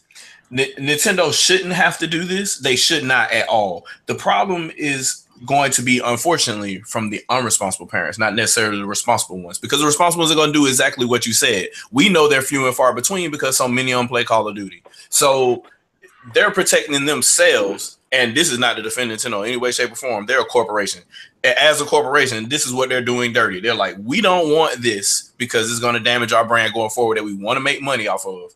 So what do we do to keep that greedy, uncaring parent that didn't really give a shit when he was playing Call of Duty, and all of a sudden they find out they're playing Splatoon and they hear cursing and they have opportunity to sue? What do we do to stop that? That's what they're probably saying in their boardrooms, and they know exactly what we're talking about right now, and they're just trying to avoid it altogether. Yep. I believe that is the scenario. I would think if they're really trying to avoid, they just want to give you no way you can't just talk. You just want to be able to talk. And that's what they did in Splatoon 1. Yeah, but this time trying to talk on nothing. But this time these things have changed, and so they're basically giving you kind of like how we said with Nintendo's E3, where they were like, "Look, this is just to shut these fuckers up. Here, we're working on Metroid Prime. Shut up and leave us alone." That's basically how this voice chat kind of feels. Look, Graham, voice chat. Shut up and leave us alone. Graham, I have reason to believe that if Platinum Games incorporated voice chat into Bayonetta 2's online, it would have been wide open. Probably, because obviously it's Bayonetta 2. Who cares? You saw the M on the cover of the game. You know what's going to happen when you play it. Yep. Yeah, right. Like, I mean, the whole game is basically Bayonetta making what's your sexual stamina jokes to various enemies. So clearly, this is not a game for kids. And I would say the same thing if Metroid was online. Like, I would think they would probably do the same thing. They wouldn't care as much for that franchise as well. It's just, if you're talking about a brand new IP that you know is very warm towards children now at this point. You're a kid, you're a squid. That is the marketing term that they use or whatever. It is very dangerous for them to have that melt easily. You saw what just happened to Disney Infinity. Like it went away like that just because Amiibo came out. It can melt in an instant, and they want to stay long term as possible. It wasn't just Amiibo. Yeah, they kind of killed themselves too. They were dying on the way as Amiibo was coming out. They kind of slid under the door. We're going to flood the market with characters no one cares about, but we're going to make millions of figurines. And then after the fact, we bring out Star Wars characters and what everybody cares about after the fact, like in version 3. Hell, Tiago. Even Toys R Us would have deals almost every month where it was like buy one get 3 free. Yeah, I've seen them for $2 already. I've seen them for $2. Yeah, in the store. I mean, but overall, when it comes to the voice chat, I would say, like as Grim put, I agree with him completely. I want it. I think it should be there. But my stance, and I try to get people online to understand this, it's okay to want certain things. I'm not against you wanting voice chat. Nothing's wrong with options. Try to be objective in the fact that they don't have to do what you want them to do. If you want the service and they don't have it, you got a choice. Either don't buy the system, don't buy the game, or don't buy the service. It's your choice. But just because they don't have it, hey, guess what? There's certain things I want on the Xbox Live Gold. I hate the fact that on Xbox One, if you don't have Gold, you can't play the games you already got for free. You can on 360, but on the Xbox One. Same thing for PlayStation Plus. The free games you got every month, stop subscribing and see if you can still access them. And 360 was bad because that family plan killed a lot of people's accounts. So Exactly. So it's like I want certain things to be a certain way, but I always try to be objective and understand why they may have done it. And I could be wrong sometimes, but I try to just understand why they do it a certain way. Nothing wrong with them doing something different. If Shadow Fox wants to do something different, he wants to play Splatoon backwards and spray all the walls. It may piss me off because it don't help our team. But hey, that's just the way he wants to do shit. There's nothing wrong with someone to do something their way. Just try to understand why. People, I get tired of the first thing they do is bitch and complain and moan and don't even try to ever understand why something is the way it is. And then they talk as though, well, it's 2017. Well, according to Back to the Future, we're supposed to be having flying cars. man, I don't see you bitching about that. And self-lacing sneakers. You know I what? don't it's understand the whole 2017 argument. it's You could have a 2017 lot and of the things. Xbox One still doesn't have Bluetooth. You know It's what? 2017. It's 2017. Why are we still having to install our games when I know for a It's fact what? my G's didn't have to? You know It's what's 2017. Why does the Xbox One still have batteries? I was about to No, say speak- that one. You speak- stole it. speaking about the whole batteries are game segregated. That's thing, why I said it. Because you know Now, what? speak- You know what? It's beneficial.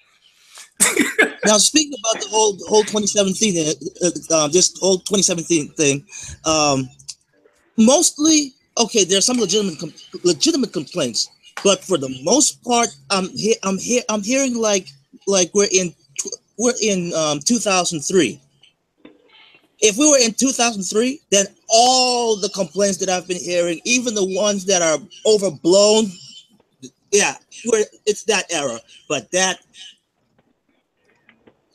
right now, it really doesn't feel like some of it or most of it is legitimate. I would like for people to say, hey, well, this is what I'm accustomed to. But the whole it's 2017 or they should do this. They don't have to do anything. You're right. They probably should, but at the same time, they don't want to. That's their choice. Look, the only thing they have to do is if they're selling you a Make game money. is that the game runs. If the game runs, then that's they fulfilled their, and it's on a disc or it's downloadable or it's on a cartridge and you can buy it. That's all they have to do. Aside from that, I just really wish people would stop parroting their favorite YouTubers' complaints. If it's 2017, the argument shouldn't be about voice chat. The argument should be that, hey, we're in the 8th/9th generation and we have consoles that are literally 100 times stronger than existed in the 6th generation, and we still got invisible walls. yeah. Why? That should be a legitimate complaint. And that should be everywhere. Why is it that the AI is dumber now than it was on the fifth? Like Perfect Dark Sims and Perfect Dark are fucking smarter than some of the AI in some of these damn games that now. And the N64 is like thousands of times weaker than any of these consoles now. But Rare also programmed in machine language. Also, they didn't even do assembly. They wrote that in machine language, ones and zeros. Hey, it's 2017. Nobody does that anymore. Why do a lot of these games mechanics feel like PS2 games? But that's a legitimate complaint though. Like so if we're going to quote unquote bitch about stuff because we're gamers, at least let it be game related. Like I know voice chat kind of is because it's on this. Games are becoming more and more social, so they're more accepted by people. Yeah. But at the end of the day, it does not make the game itself more fun, more or less fun. The experience that you have, that's ultimately up to you. But I could have that same fun experience with people sitting in the living room with me. It doesn't necessarily have to occur over the internet with voice. I mean, that's when people say it's 2017. The people I've been seeing saying it, they're not saying it's 20. They're saying it's 2017. How come something I was able to do in 2002? It's Nintendo's not doing it as good or better. But what I hate is that's my same complaint. Invisible walls were a problem in 1996. Hold on, but they use that selectively. I don't think invisible walls were a problem. They use that selectively because, like, okay, for example, the PS1 and PS2 games worked. They were complete. They were not buggy as shit and crashed on you. And plus, you didn't require an install. Even when the first Xbox came out, it had a hard drive, but games didn't require install. So why aren't they saying this shit now? Wait, Ken, buggy games existed back then, but they were called bad games. They were reviewed bad. People do complain about buggy, broken games today. Games they have still to be buy installed. I mean, but so people still bought them back then too.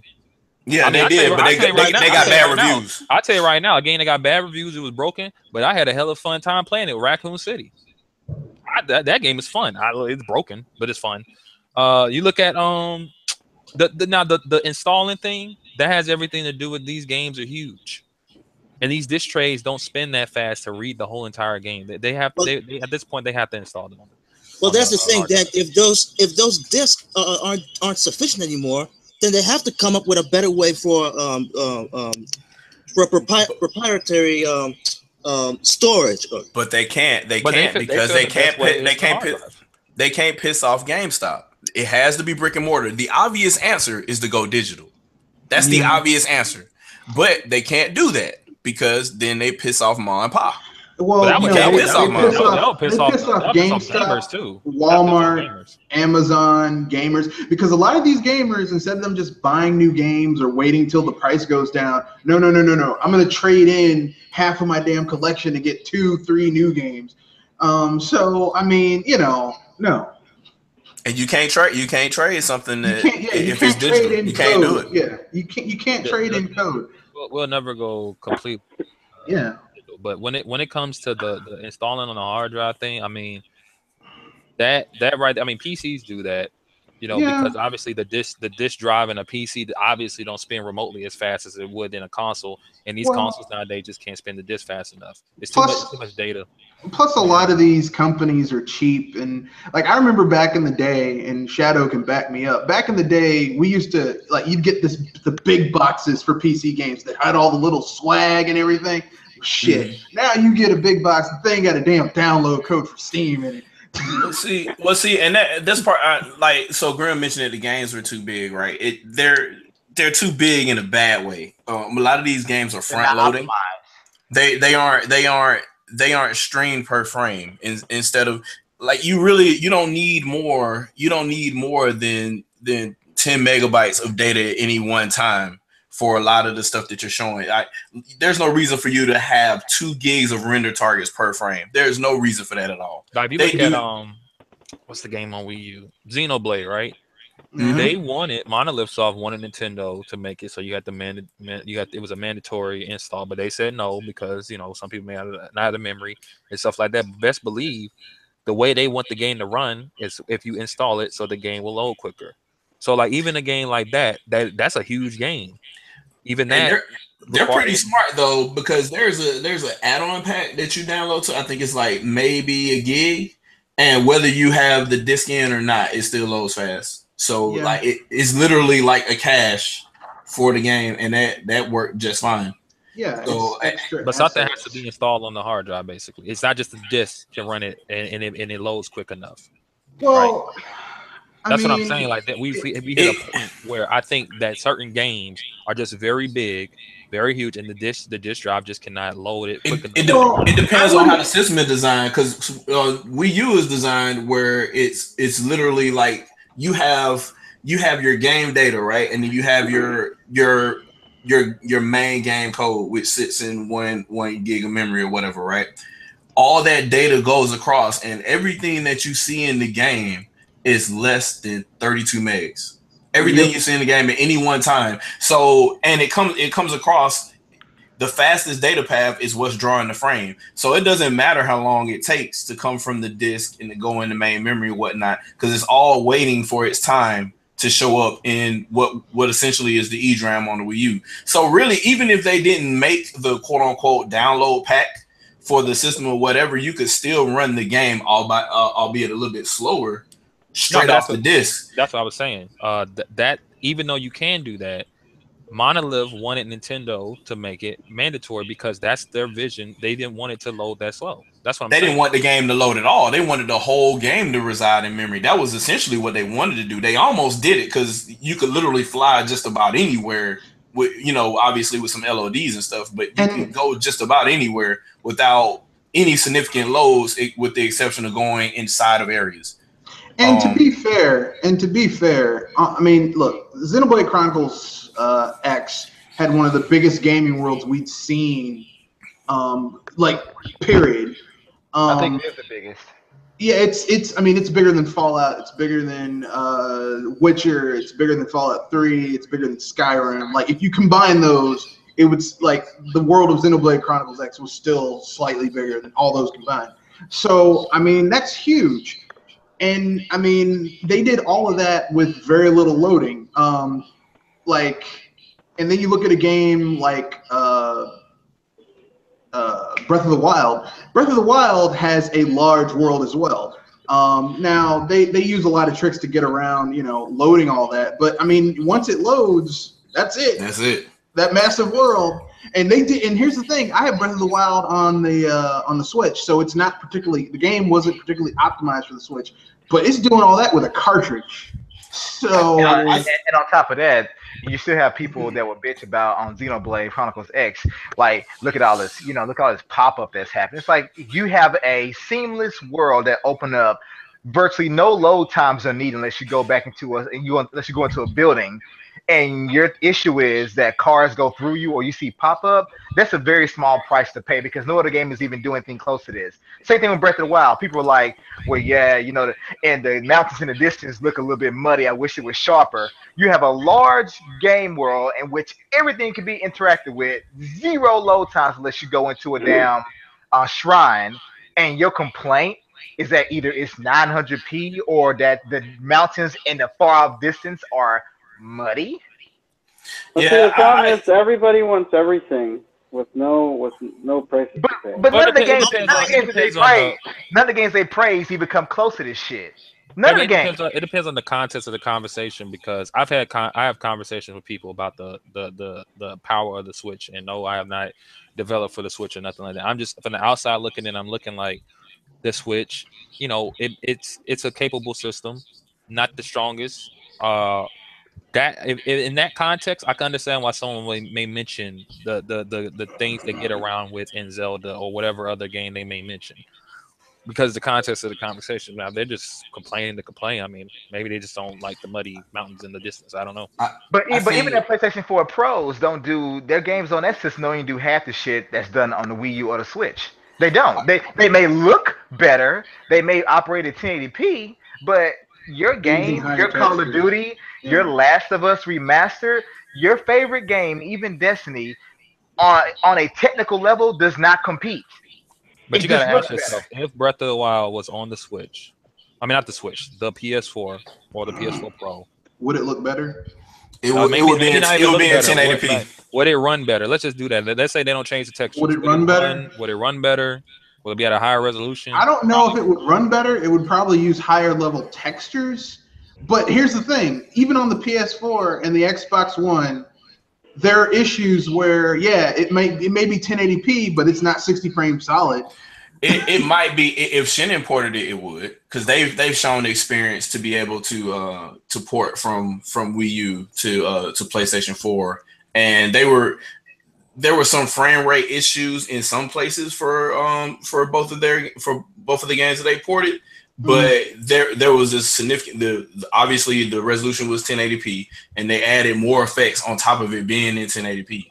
So it wasn't as stable, but it was doing a little bit more in Nano Assault and I forgot what the other game was. But you're talking about extreme skill and knowledge of how the Wii U works. Discounting the wizards that are Shannon. Let's take them out of the equation. Zelda was made by Nintendo's first-party thing. Could a Sony first-party thing get a game to run that as well as Breath of the Wild does on the Wii U and the Switch? I'll put it to you like this. Right? I don't know. I'll put it to you like this. I played Horizon Zero Dawn on the standard PS4. I don't remember a frame rate dip. That game, that's 1080p, right? I believe it's native 1080p. That game, like the amount of destruction that comes off the enemy the game is very impressive looking. And the environment, you can't interact with it at all. But that's the thing though, right? That's just how that game is designed. That's perfectly fine. You can't interact with every little thing, right? That's not the direction they went with. What I'm saying and it's not as big. They went for cinematic. What I'm saying, their whole direction with the game is different. It's not Breath of the Wild. I'm not saying it is.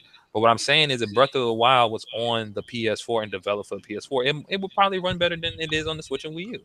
So when people talk about the power of the see, the thing is, I don't know where this came from. Maybe on paper, people keep saying the Switch is slightly less powerful than the original Xbox One, right? That may be true, but I'm not really. I haven't seen any demonstration of everything I've seen. Looks like the Wii U can run not the same resolution. The Switch probably can output at a better resolution, but most of the games that have hit the Switch look like games that the Wii U can run, maybe at lower resolution. But to be fair, let's not undercut the Wii U either, because that system never really saw its potential anyway. Xenoblade was probably the furthest it was going to get. Nobody understood the tools for it. Nobody wanted to work with it at all. The tools. And, yeah, you're talking about a system that didn't have a hypervisor on it. You literally it had a CPU that you should understand, because it was the exact same type of CPU that the 360 and the PlayStation 4 were using, essentially, with regards to RISC architecture and stuff like that. And which is funny because the Switch is RISC architecture too. But it was a lot more familiar. So technically, you should have been able to do a lot of the same things that you were doing on 360, minus the frame rate hiccups, because you had more eDRAM on deck to use. So all the tricks that people had to use to get 360 games to run, period, think of it as a 360 on crack. So without having to use as much power draw. So if somebody actually had a Wii U game that ran the Wii U at 75 watts or more, we'd probably be looking at a lot more potential output from that system. But I haven't played a game where it drew more than 40 watts. So like I'm looking at, just from Nintendo standpoint, like from ARMS, looks good, but they want to put ARMS. Oh, you're talking about visually what you're saying? The thing I may say is that maybe the Switch will have a higher resolution than if all these games coming to the Switch that are new came to the Wii U as well, the Wii U version may be at a lower resolution. That's about it. Yeah. So what I'm saying, it would definitely be able to run all Wii U games with enough effort in 1080p. That much it'll be able to do. I mean, and get Breath of the Wild at 1080. I don't know. I don't know if it can do all that. The Switch is. Yeah, that was an 8-month port though, so we don't really know what it could have been able to do. Breath of the Wild on the Switch, when it's docked, is 1080p. When you take it out of the dock, it's 900p, if I remember correctly. Like 8 months versus 4 years. It's 900p dock, 720. Oh, everything's 720p on dock because the screen's 720p. Yeah, no point in going over 720p on dock. Oh, there you go. Like I don't like when I looked at Splatoon, I'm like, why is Splatoon doing the fluctuating? That doesn't mean it looks bad or anything. I'm just like, people are saying it's slightly less powerful than the Xbox One, so I'm like, I would think Splatoon 2 on the Switch just be run at native 1080p, but it has to do the variable resolution thing to maintain. That's every system does that now. Like every engine does that now. Like Tekken's been doing it for generations now. They've been doing it since 6th generation. There are games that just run at a native resolution and they don't fluctuate up and down. Like Bethesda, I think all their games do it now. I don't know about Tekken 7. I think that runs at whatever native resolution. Because on the PS4, I think it's like 900. Tekken 7 does it too. They do Tekken it. 7, it's the same engine. Yeah, it's the exact same engine as Tekken 6. So it does the same thing. It goes. So if there was a tag mode in that game, put it on Unreal though. At first, it was on the same engine. But they put it on Unreal 4. I don't know. It's still the same code, is what I'm saying. So as far as them drawing frames, they would rather lock, and this is smart. You want to do this as a fighting game. They would rather lock frame rate than lock the target resolution. And that's something that depending on what the target of your gameplay should be.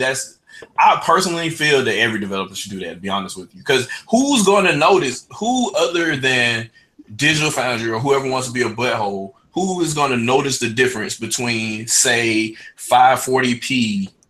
3 frames out of the entire time you're playing the game? Like, who's gonna notice? I'll tell you right now. I played Doom on Xbox One. That fluctuates. I don't notice. It looks the same to me. If it ever does change resolution, it must be happening when I'm getting shot up, and I'm not gonna notice that anyway because I'm trying to survive. Yeah. But when we're having a discussion about the strength of the unit, it does play. I would think that a game having to do that does play into to how could that system run that game, how well it could run that game. Because if it could just run it straight up, they'll probably just do it that way. They give it the fluctuating resolution. It depends, because it depends on, number one, the team. It depends on the tools, and it depends on how much time and money they have to develop for it too. So whether or not the Switch could run, say, the best version of Madden is up in the air, because that team was taken away from Nintendo back in the N64 days. They know nothing about their hardware now. So if they were put to the forefront and say, hey, we're going to make the best version of Madden, let's go. How much time do they have after they've already developed the PS4 version? Maybe a couple of months. So even if they were technical wizards, their technical wizard with way less time than what they've been doing since 2013 on the PlayStation 4.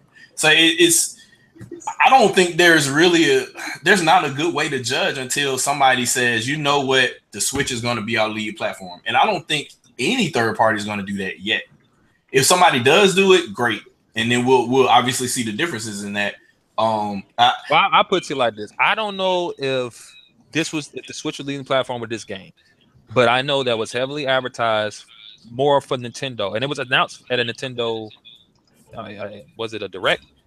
That NBA Playgrounds on the Switch did not look remotely close to how it looks on everything else. But it was those developers really was pushing the Switch version compared to the other copies. So I don't know if the leading platform was the Switch, but I know that those people, based upon me following the game, was really trying to make the Switch version all it could be, right? So I don't really think they're a studio that was like trying to like screw over Nintendo gamers or just give them some rinky-dink port. Have you heard about the business deals that Lauren Lanning was complaining about of late? So yes. if you make a multi-platform game and you intend to port it to Nintendo's hardware, they've adopted Microsoft standards now. That port has to be day and date for them to advertise it and put it on anything. So whether your target platform was PC or PlayStation or what have you, if it's going to be on the Switch, it's got to launch at the exact same time. If you want Nintendo to market it or you want it to be part of their stuff. And if it was part of Nintendo stuff, which I believe it was for quite a while back in what was this, March, April, I'm guessing, right after the system launched, then that system was probably rushed to be on that platform because they literally didn't have any time to get it. They just knew they wanted it for that platform. So they got to get it out there and to make sure it's there at the same time as the other two. So, and there you go with it. It's kind of hard because there is a lack of information with regards to, hey, we want to start making this game, to, hey, we have this much time to make this game, to, hey, this is what we have as an end result because we had this much time to make this game versus these other two platforms. And those type of postmortems almost never come out. If they do, and if they do, they're relegated to like a podcast, like 10 minutes on a podcast with somebody, and is usually years after that game came out. Like you don't hear stuff like that until what, because it's usually not in that publisher's best interest to let anything like that out. They don't want a developer telling you that they gave them crunch time. They worked literally 90 hours a week to make sure this version of this game got out the door. And these are the shortcuts they had to do to make sure that it made it out the door for that SKU. Like, that's something you wouldn't hear until years after the title release. So unfortunately, we're at a severe lack of information. We're not in a scenario where somebody could just say, hey, this is exactly why this isn't happening on this platform. Unfortunately, it's going to be like, I don't know if you remember, like back in like the N64 and close to, the PlayStation 2 generation, they would do like a recap of what the generation was about and the platforms and some of the struggles that they used to do that in a lot of the gaming magazines. And whenever there was like Game Pro TV or whatever that stuff was back in the day, they used to come on USA or whatever, they would talk about stuff like that back then. And it never really got any traction because nobody cared about how games were made back in the 90s. But they used to do that stuff after the generation was over. They would talk about certain issues they had or whatever. And there's some old tapes back there. I'm pretty sure somebody got it on YouTube or whatever. And they started doing postmortems like that on IGN too, at the end of the 6th generation. So then you start talking about stuff. Then you start hearing the truth versus what the publisher puts out before the game launches. So I don't know if we'll ever get back to that again because we didn't hear nothing about that for the 7th and 8th generation, well, the 7th generation. So I don't know what's gonna happen with regards to that. But the truth is somewhere in the middle always. Yeah, I mean, I'm not sure when it comes to, like, I've just accepted that the unit isn't going to do everything. But at least my you can accept that. Most people can't, and they don't. They but wanted to do everything and then some. but that's the biggest issue though. Like right now, I mean, we all know that certain groups of people do the console war back and forth thing. Like right now, the biggest thing is like Nintendo's focusing on 60 frames, right? Mm-hmm. And that's the push that the crowd is going. Well, they're focused on 60 frames and stuff like that. But it goes against what was previously talked about, which was this was basically an Xbox One, right? In the palm of your hand. I mean, the Xbox One can run every game at 60 frames too if they decided to lower graphical fidelity and resolution, right? But it's like there's a disconnect when talking to people about it. It's a disconnect. Like it's like they acknowledge that Nintendo's focusing on 60 a lot more. Because I look at Mario, I mean, from the reports that have been out, Mario is like 720p even docked. I mean, right now, I don't know what it'll be when it launches. A lot of pop in, a lot of I don't really see any anti-aliasing. So that may be how they got to 60 frames. But Nintendo doesn't do anti-aliasing usually either, though. That's why they target the resolutions they target. Well, I mean, if they don't do anti-aliasing, whatever they did to Mario Kart 8, they need to do that to Mario. Because I didn't know that looked good, Jaggies or anything like that. So what I'm saying is that there's a disconnect between the bragging and you need to understand that this is how it got to 60 frames, because it's not just 60 frames because the system's powerful and it can run it. No, they had to do things to get it there, right? Just like any other programming. The inverse is true for the resolution. Also, they're going to sacrifice. Yeah. You have to sacrifice unless you're a PC and you're going to brute force your way to something. You're going to have to make a sacrifice. The thing is that I think a lot of people are not aware of that. They may not care about that. That may be my fault. What I think people may want to know that, but that's why the things are the way they are. So a lot of people need to realize, yes, you are getting 60 frames per second games right now for the Switch, and you may get that from now on, right? You may get your selection. I don't know if Xenoblade's gonna be 60, but you're gonna get a lot of 60 frames per second games for the Switch. I don't think Mario should be 60. It should be 30. It's a platformer, in my opinion. I don't like it. It depends. I would, they would cost more money, but it always would like a flip, like a switch. Like you decide, you want 60 frame mode, where we lower the resolution. Want the higher resolution mode, but we lower the frame rate. That'd be nice. But, that Graham, here's why I look at things, Graham. My whole outlook is this: I look at the Switch. I see they took basically a Wii U with extra power and put that bitch in my hand to go anywhere I want to go with it. Yeah, they turned it into a tablet. I can actually understand. I'm okay with some of the setbacks that may come along with that. I mean, I'm actually okay with that. Some people are. Some people are okay with that. See, this is my problem, right? Definitely. People are okay with that when it's Nintendo's game. When it's someone else's game, that's when they're lazy. That's my biggest, like, all right, Xenoverse 2 is 900p docked. It's 60 frames when it's one-on-one battles, and someone that owns that game, you're going to be playing. Majority of the game is not one-on-one, so the game is going to be 900p 30 when it's more than two people on the screen. I'm cool with that because I understand that the system probably can't run all that. And if you look at Nintendo's product, which is ARMS in certain modes is not 60. I think it's the mode where you can fight with a bunch of people. It's 30 frames. Yeah, four people tab mode. Yeah, probably because maybe the Switch can't keep up the graphical fidelity and have 60 frames in that mode. So they rather just keep it 30, whatever, right? It may be more of a voltage thing than anything else too, because it can't spin up that high. It doesn't even have a dedicated fan, I don't think. So well, wherever the case may be, what my point is like when Nintendo has a situation that's very similar to Xenoverse, where it's like, all right, more people on screen, we lower the resolution. I mean, the frame rate. That's cool. It's lazy development when they do it. That's very don't make sense to me. Well, I won't say lazy. Here's what I mean. When people say that, this is my interpretation of it. I don't know what they're saying when they say that. If I say lazy developer, this is what I mean. If you are a programmer, it means you know how to code. there is no reason for a platform holder to literally walk you through. Literally, if you have the system in front of you, they give you the specifications, they give you the SDK. And you don't even need the specifications. You can find that out through the SDK. You'll know what your engine is capable of doing with the tools that are in front of you. So my problem is when a person that obviously doesn't know how to program speaks for these developers at an event and says, we can't do it because of this. And I'm just like, but in 9 months, you're going to port this to a fucking phone.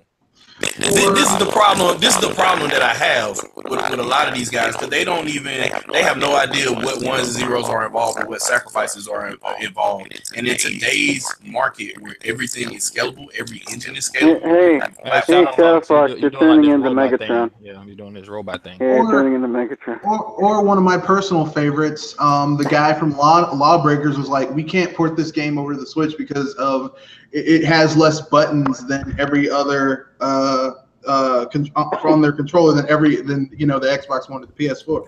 And I'm like, am I back now? Am I sounding a little bit better now? Yeah.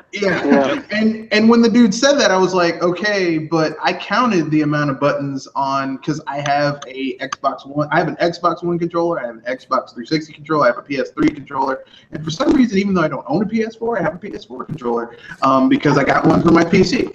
And I counted the amount of buttons, and I mean, basically, he's doing it too.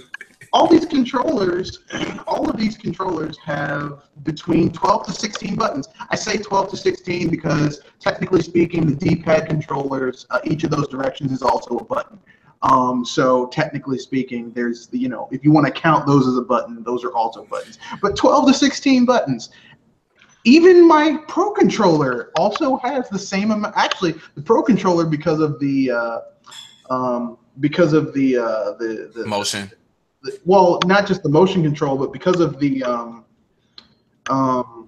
home, where the way the home button and the picture button is, technically you could say we don't take pictures in this game, but the home and friggin' picture button could be buttons too. So technically, it has even more buttons than the other console controllers do. So I mean, what's your excuse, bro? Not to mention that the Pro and even the Joy-Cons have more function, like Shadow Fox is saying, because of the motion. So let's stop defending them, right? So the issue, and I want people to understand, like if anybody's still listening to this, I want people to understand that even like what Grim is saying is right. Like nobody should be sitting here expecting miracles out of the Nintendo Switch as it is. It is a tablet. It is not designed to have so many volts induced into it. Like it's not going to do like the Xbox One and PlayStation 4 can be rated up to 200 watts depending on what model you have. It's not going to do that at any point ever. So and that's fine. So you just have to understand that going in. And so while there's bullshit that some of these developers put out there that lets you know that they obviously haven't even spent time with the SDK that they say they have, there are hard limits. So you can't expect, say, like a game that was built from the ground up, say a new Bethesda game that's built for the ground up for, say, the Xbox One or the PlayStation 4, and it's designed for that game to do everything PlayStation 4 can do at over 100 watts. That game is not going to be possible on the Nintendo Switch, period. No matter what you do, like it just is not. It's not going to be able to do it. Now, if they're running that game anywhere between, 75 or 50 watts or something like that, and that's a different story. And there can be things to be sacrificed for that. But if you're talking about something that is severely over the wattage that this system would even support, like you're talking about a system that will be on fire. Like that's not even, and you're supposed to take it with you. And that just doesn't fit the mold. So you got to make different games, and it might have to be a last generation version of a game or something like that, or a game where the Switch is the lead platform, and then you port that to PlayStation 4, Xbox One, and they work just fine. To me, that's always made sense to me. I don't know why. Like for whatever reason, after the PS2 generation, people couldn't port up anymore. So, and I understand the PlayStation 2 was a runaway success, and that's the reason why. But come on, man.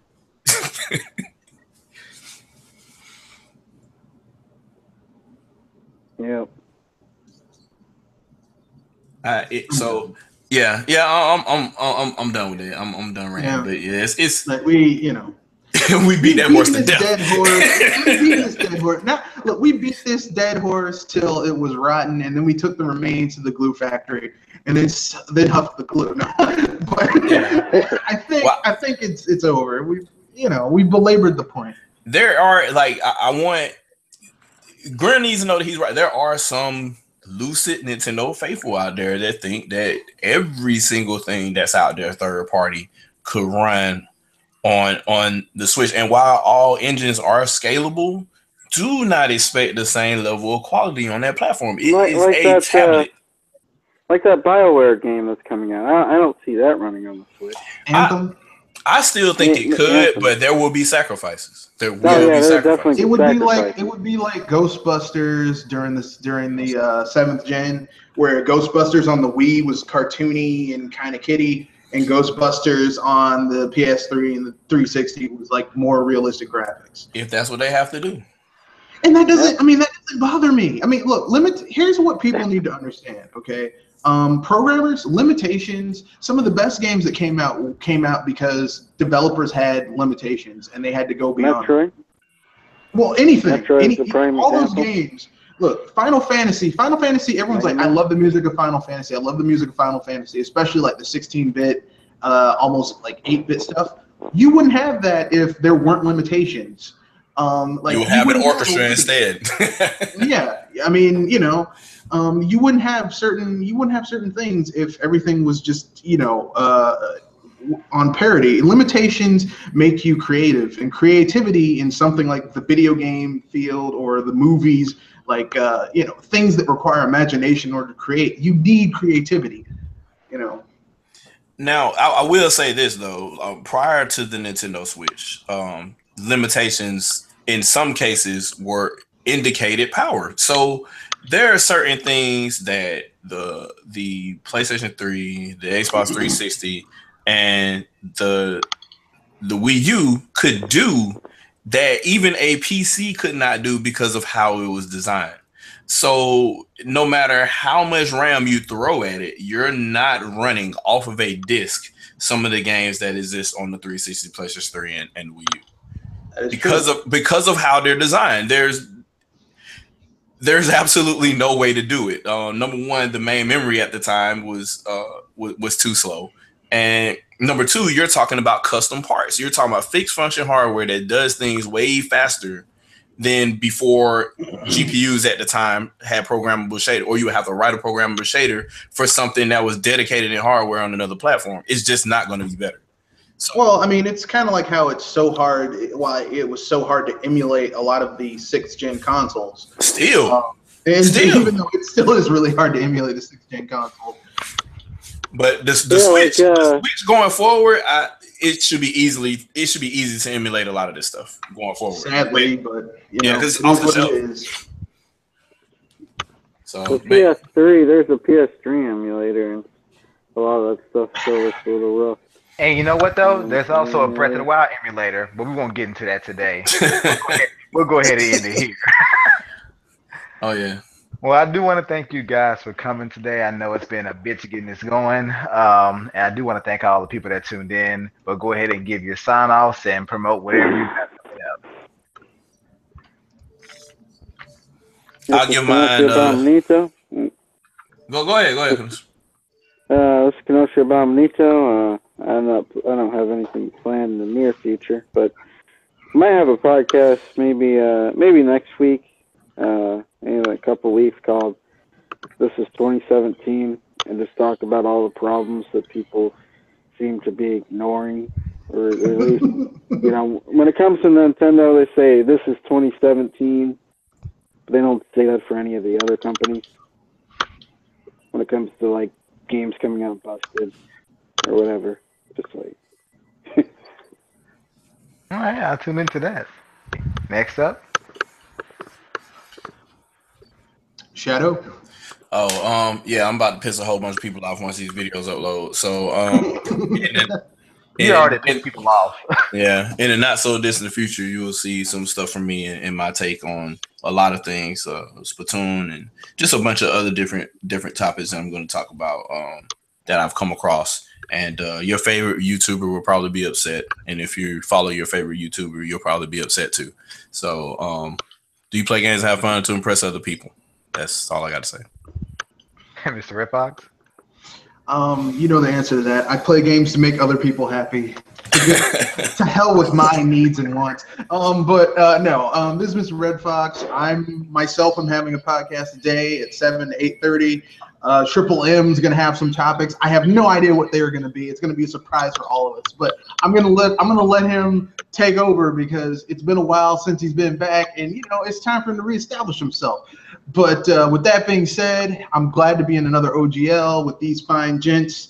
I have some stuff coming up next week, more Tavern Tales, some rebuilding games. I'm going to try and think of a way to bring back to make a KOTOR 3 and the Jade Empire 2, because I love those games, and BioWare doesn't look like they're ever going to make another one, so what the hell? Triple M? Yeah, this is Triple M. I had a long outro, but dang it, I'm going to keep it short. I'm going to save it for Red Fox Cast. I just want to say that I feel very appreciated to come back. Not being with you guys hurt really bad, so bad. But anyway, this is the lone wolf and partners for games that forms into a fireball. And also pops out in my artworks. Just me, Triple M. And I'll see you guys next time or on the next cast. And last but not least, Grim. They used to have that horrible looking ass avatar. This one's just giving me an epileptic seizure. I like that avatar. It's Grim Pachi. Please follow me on. I do videos whenever I get the urge to.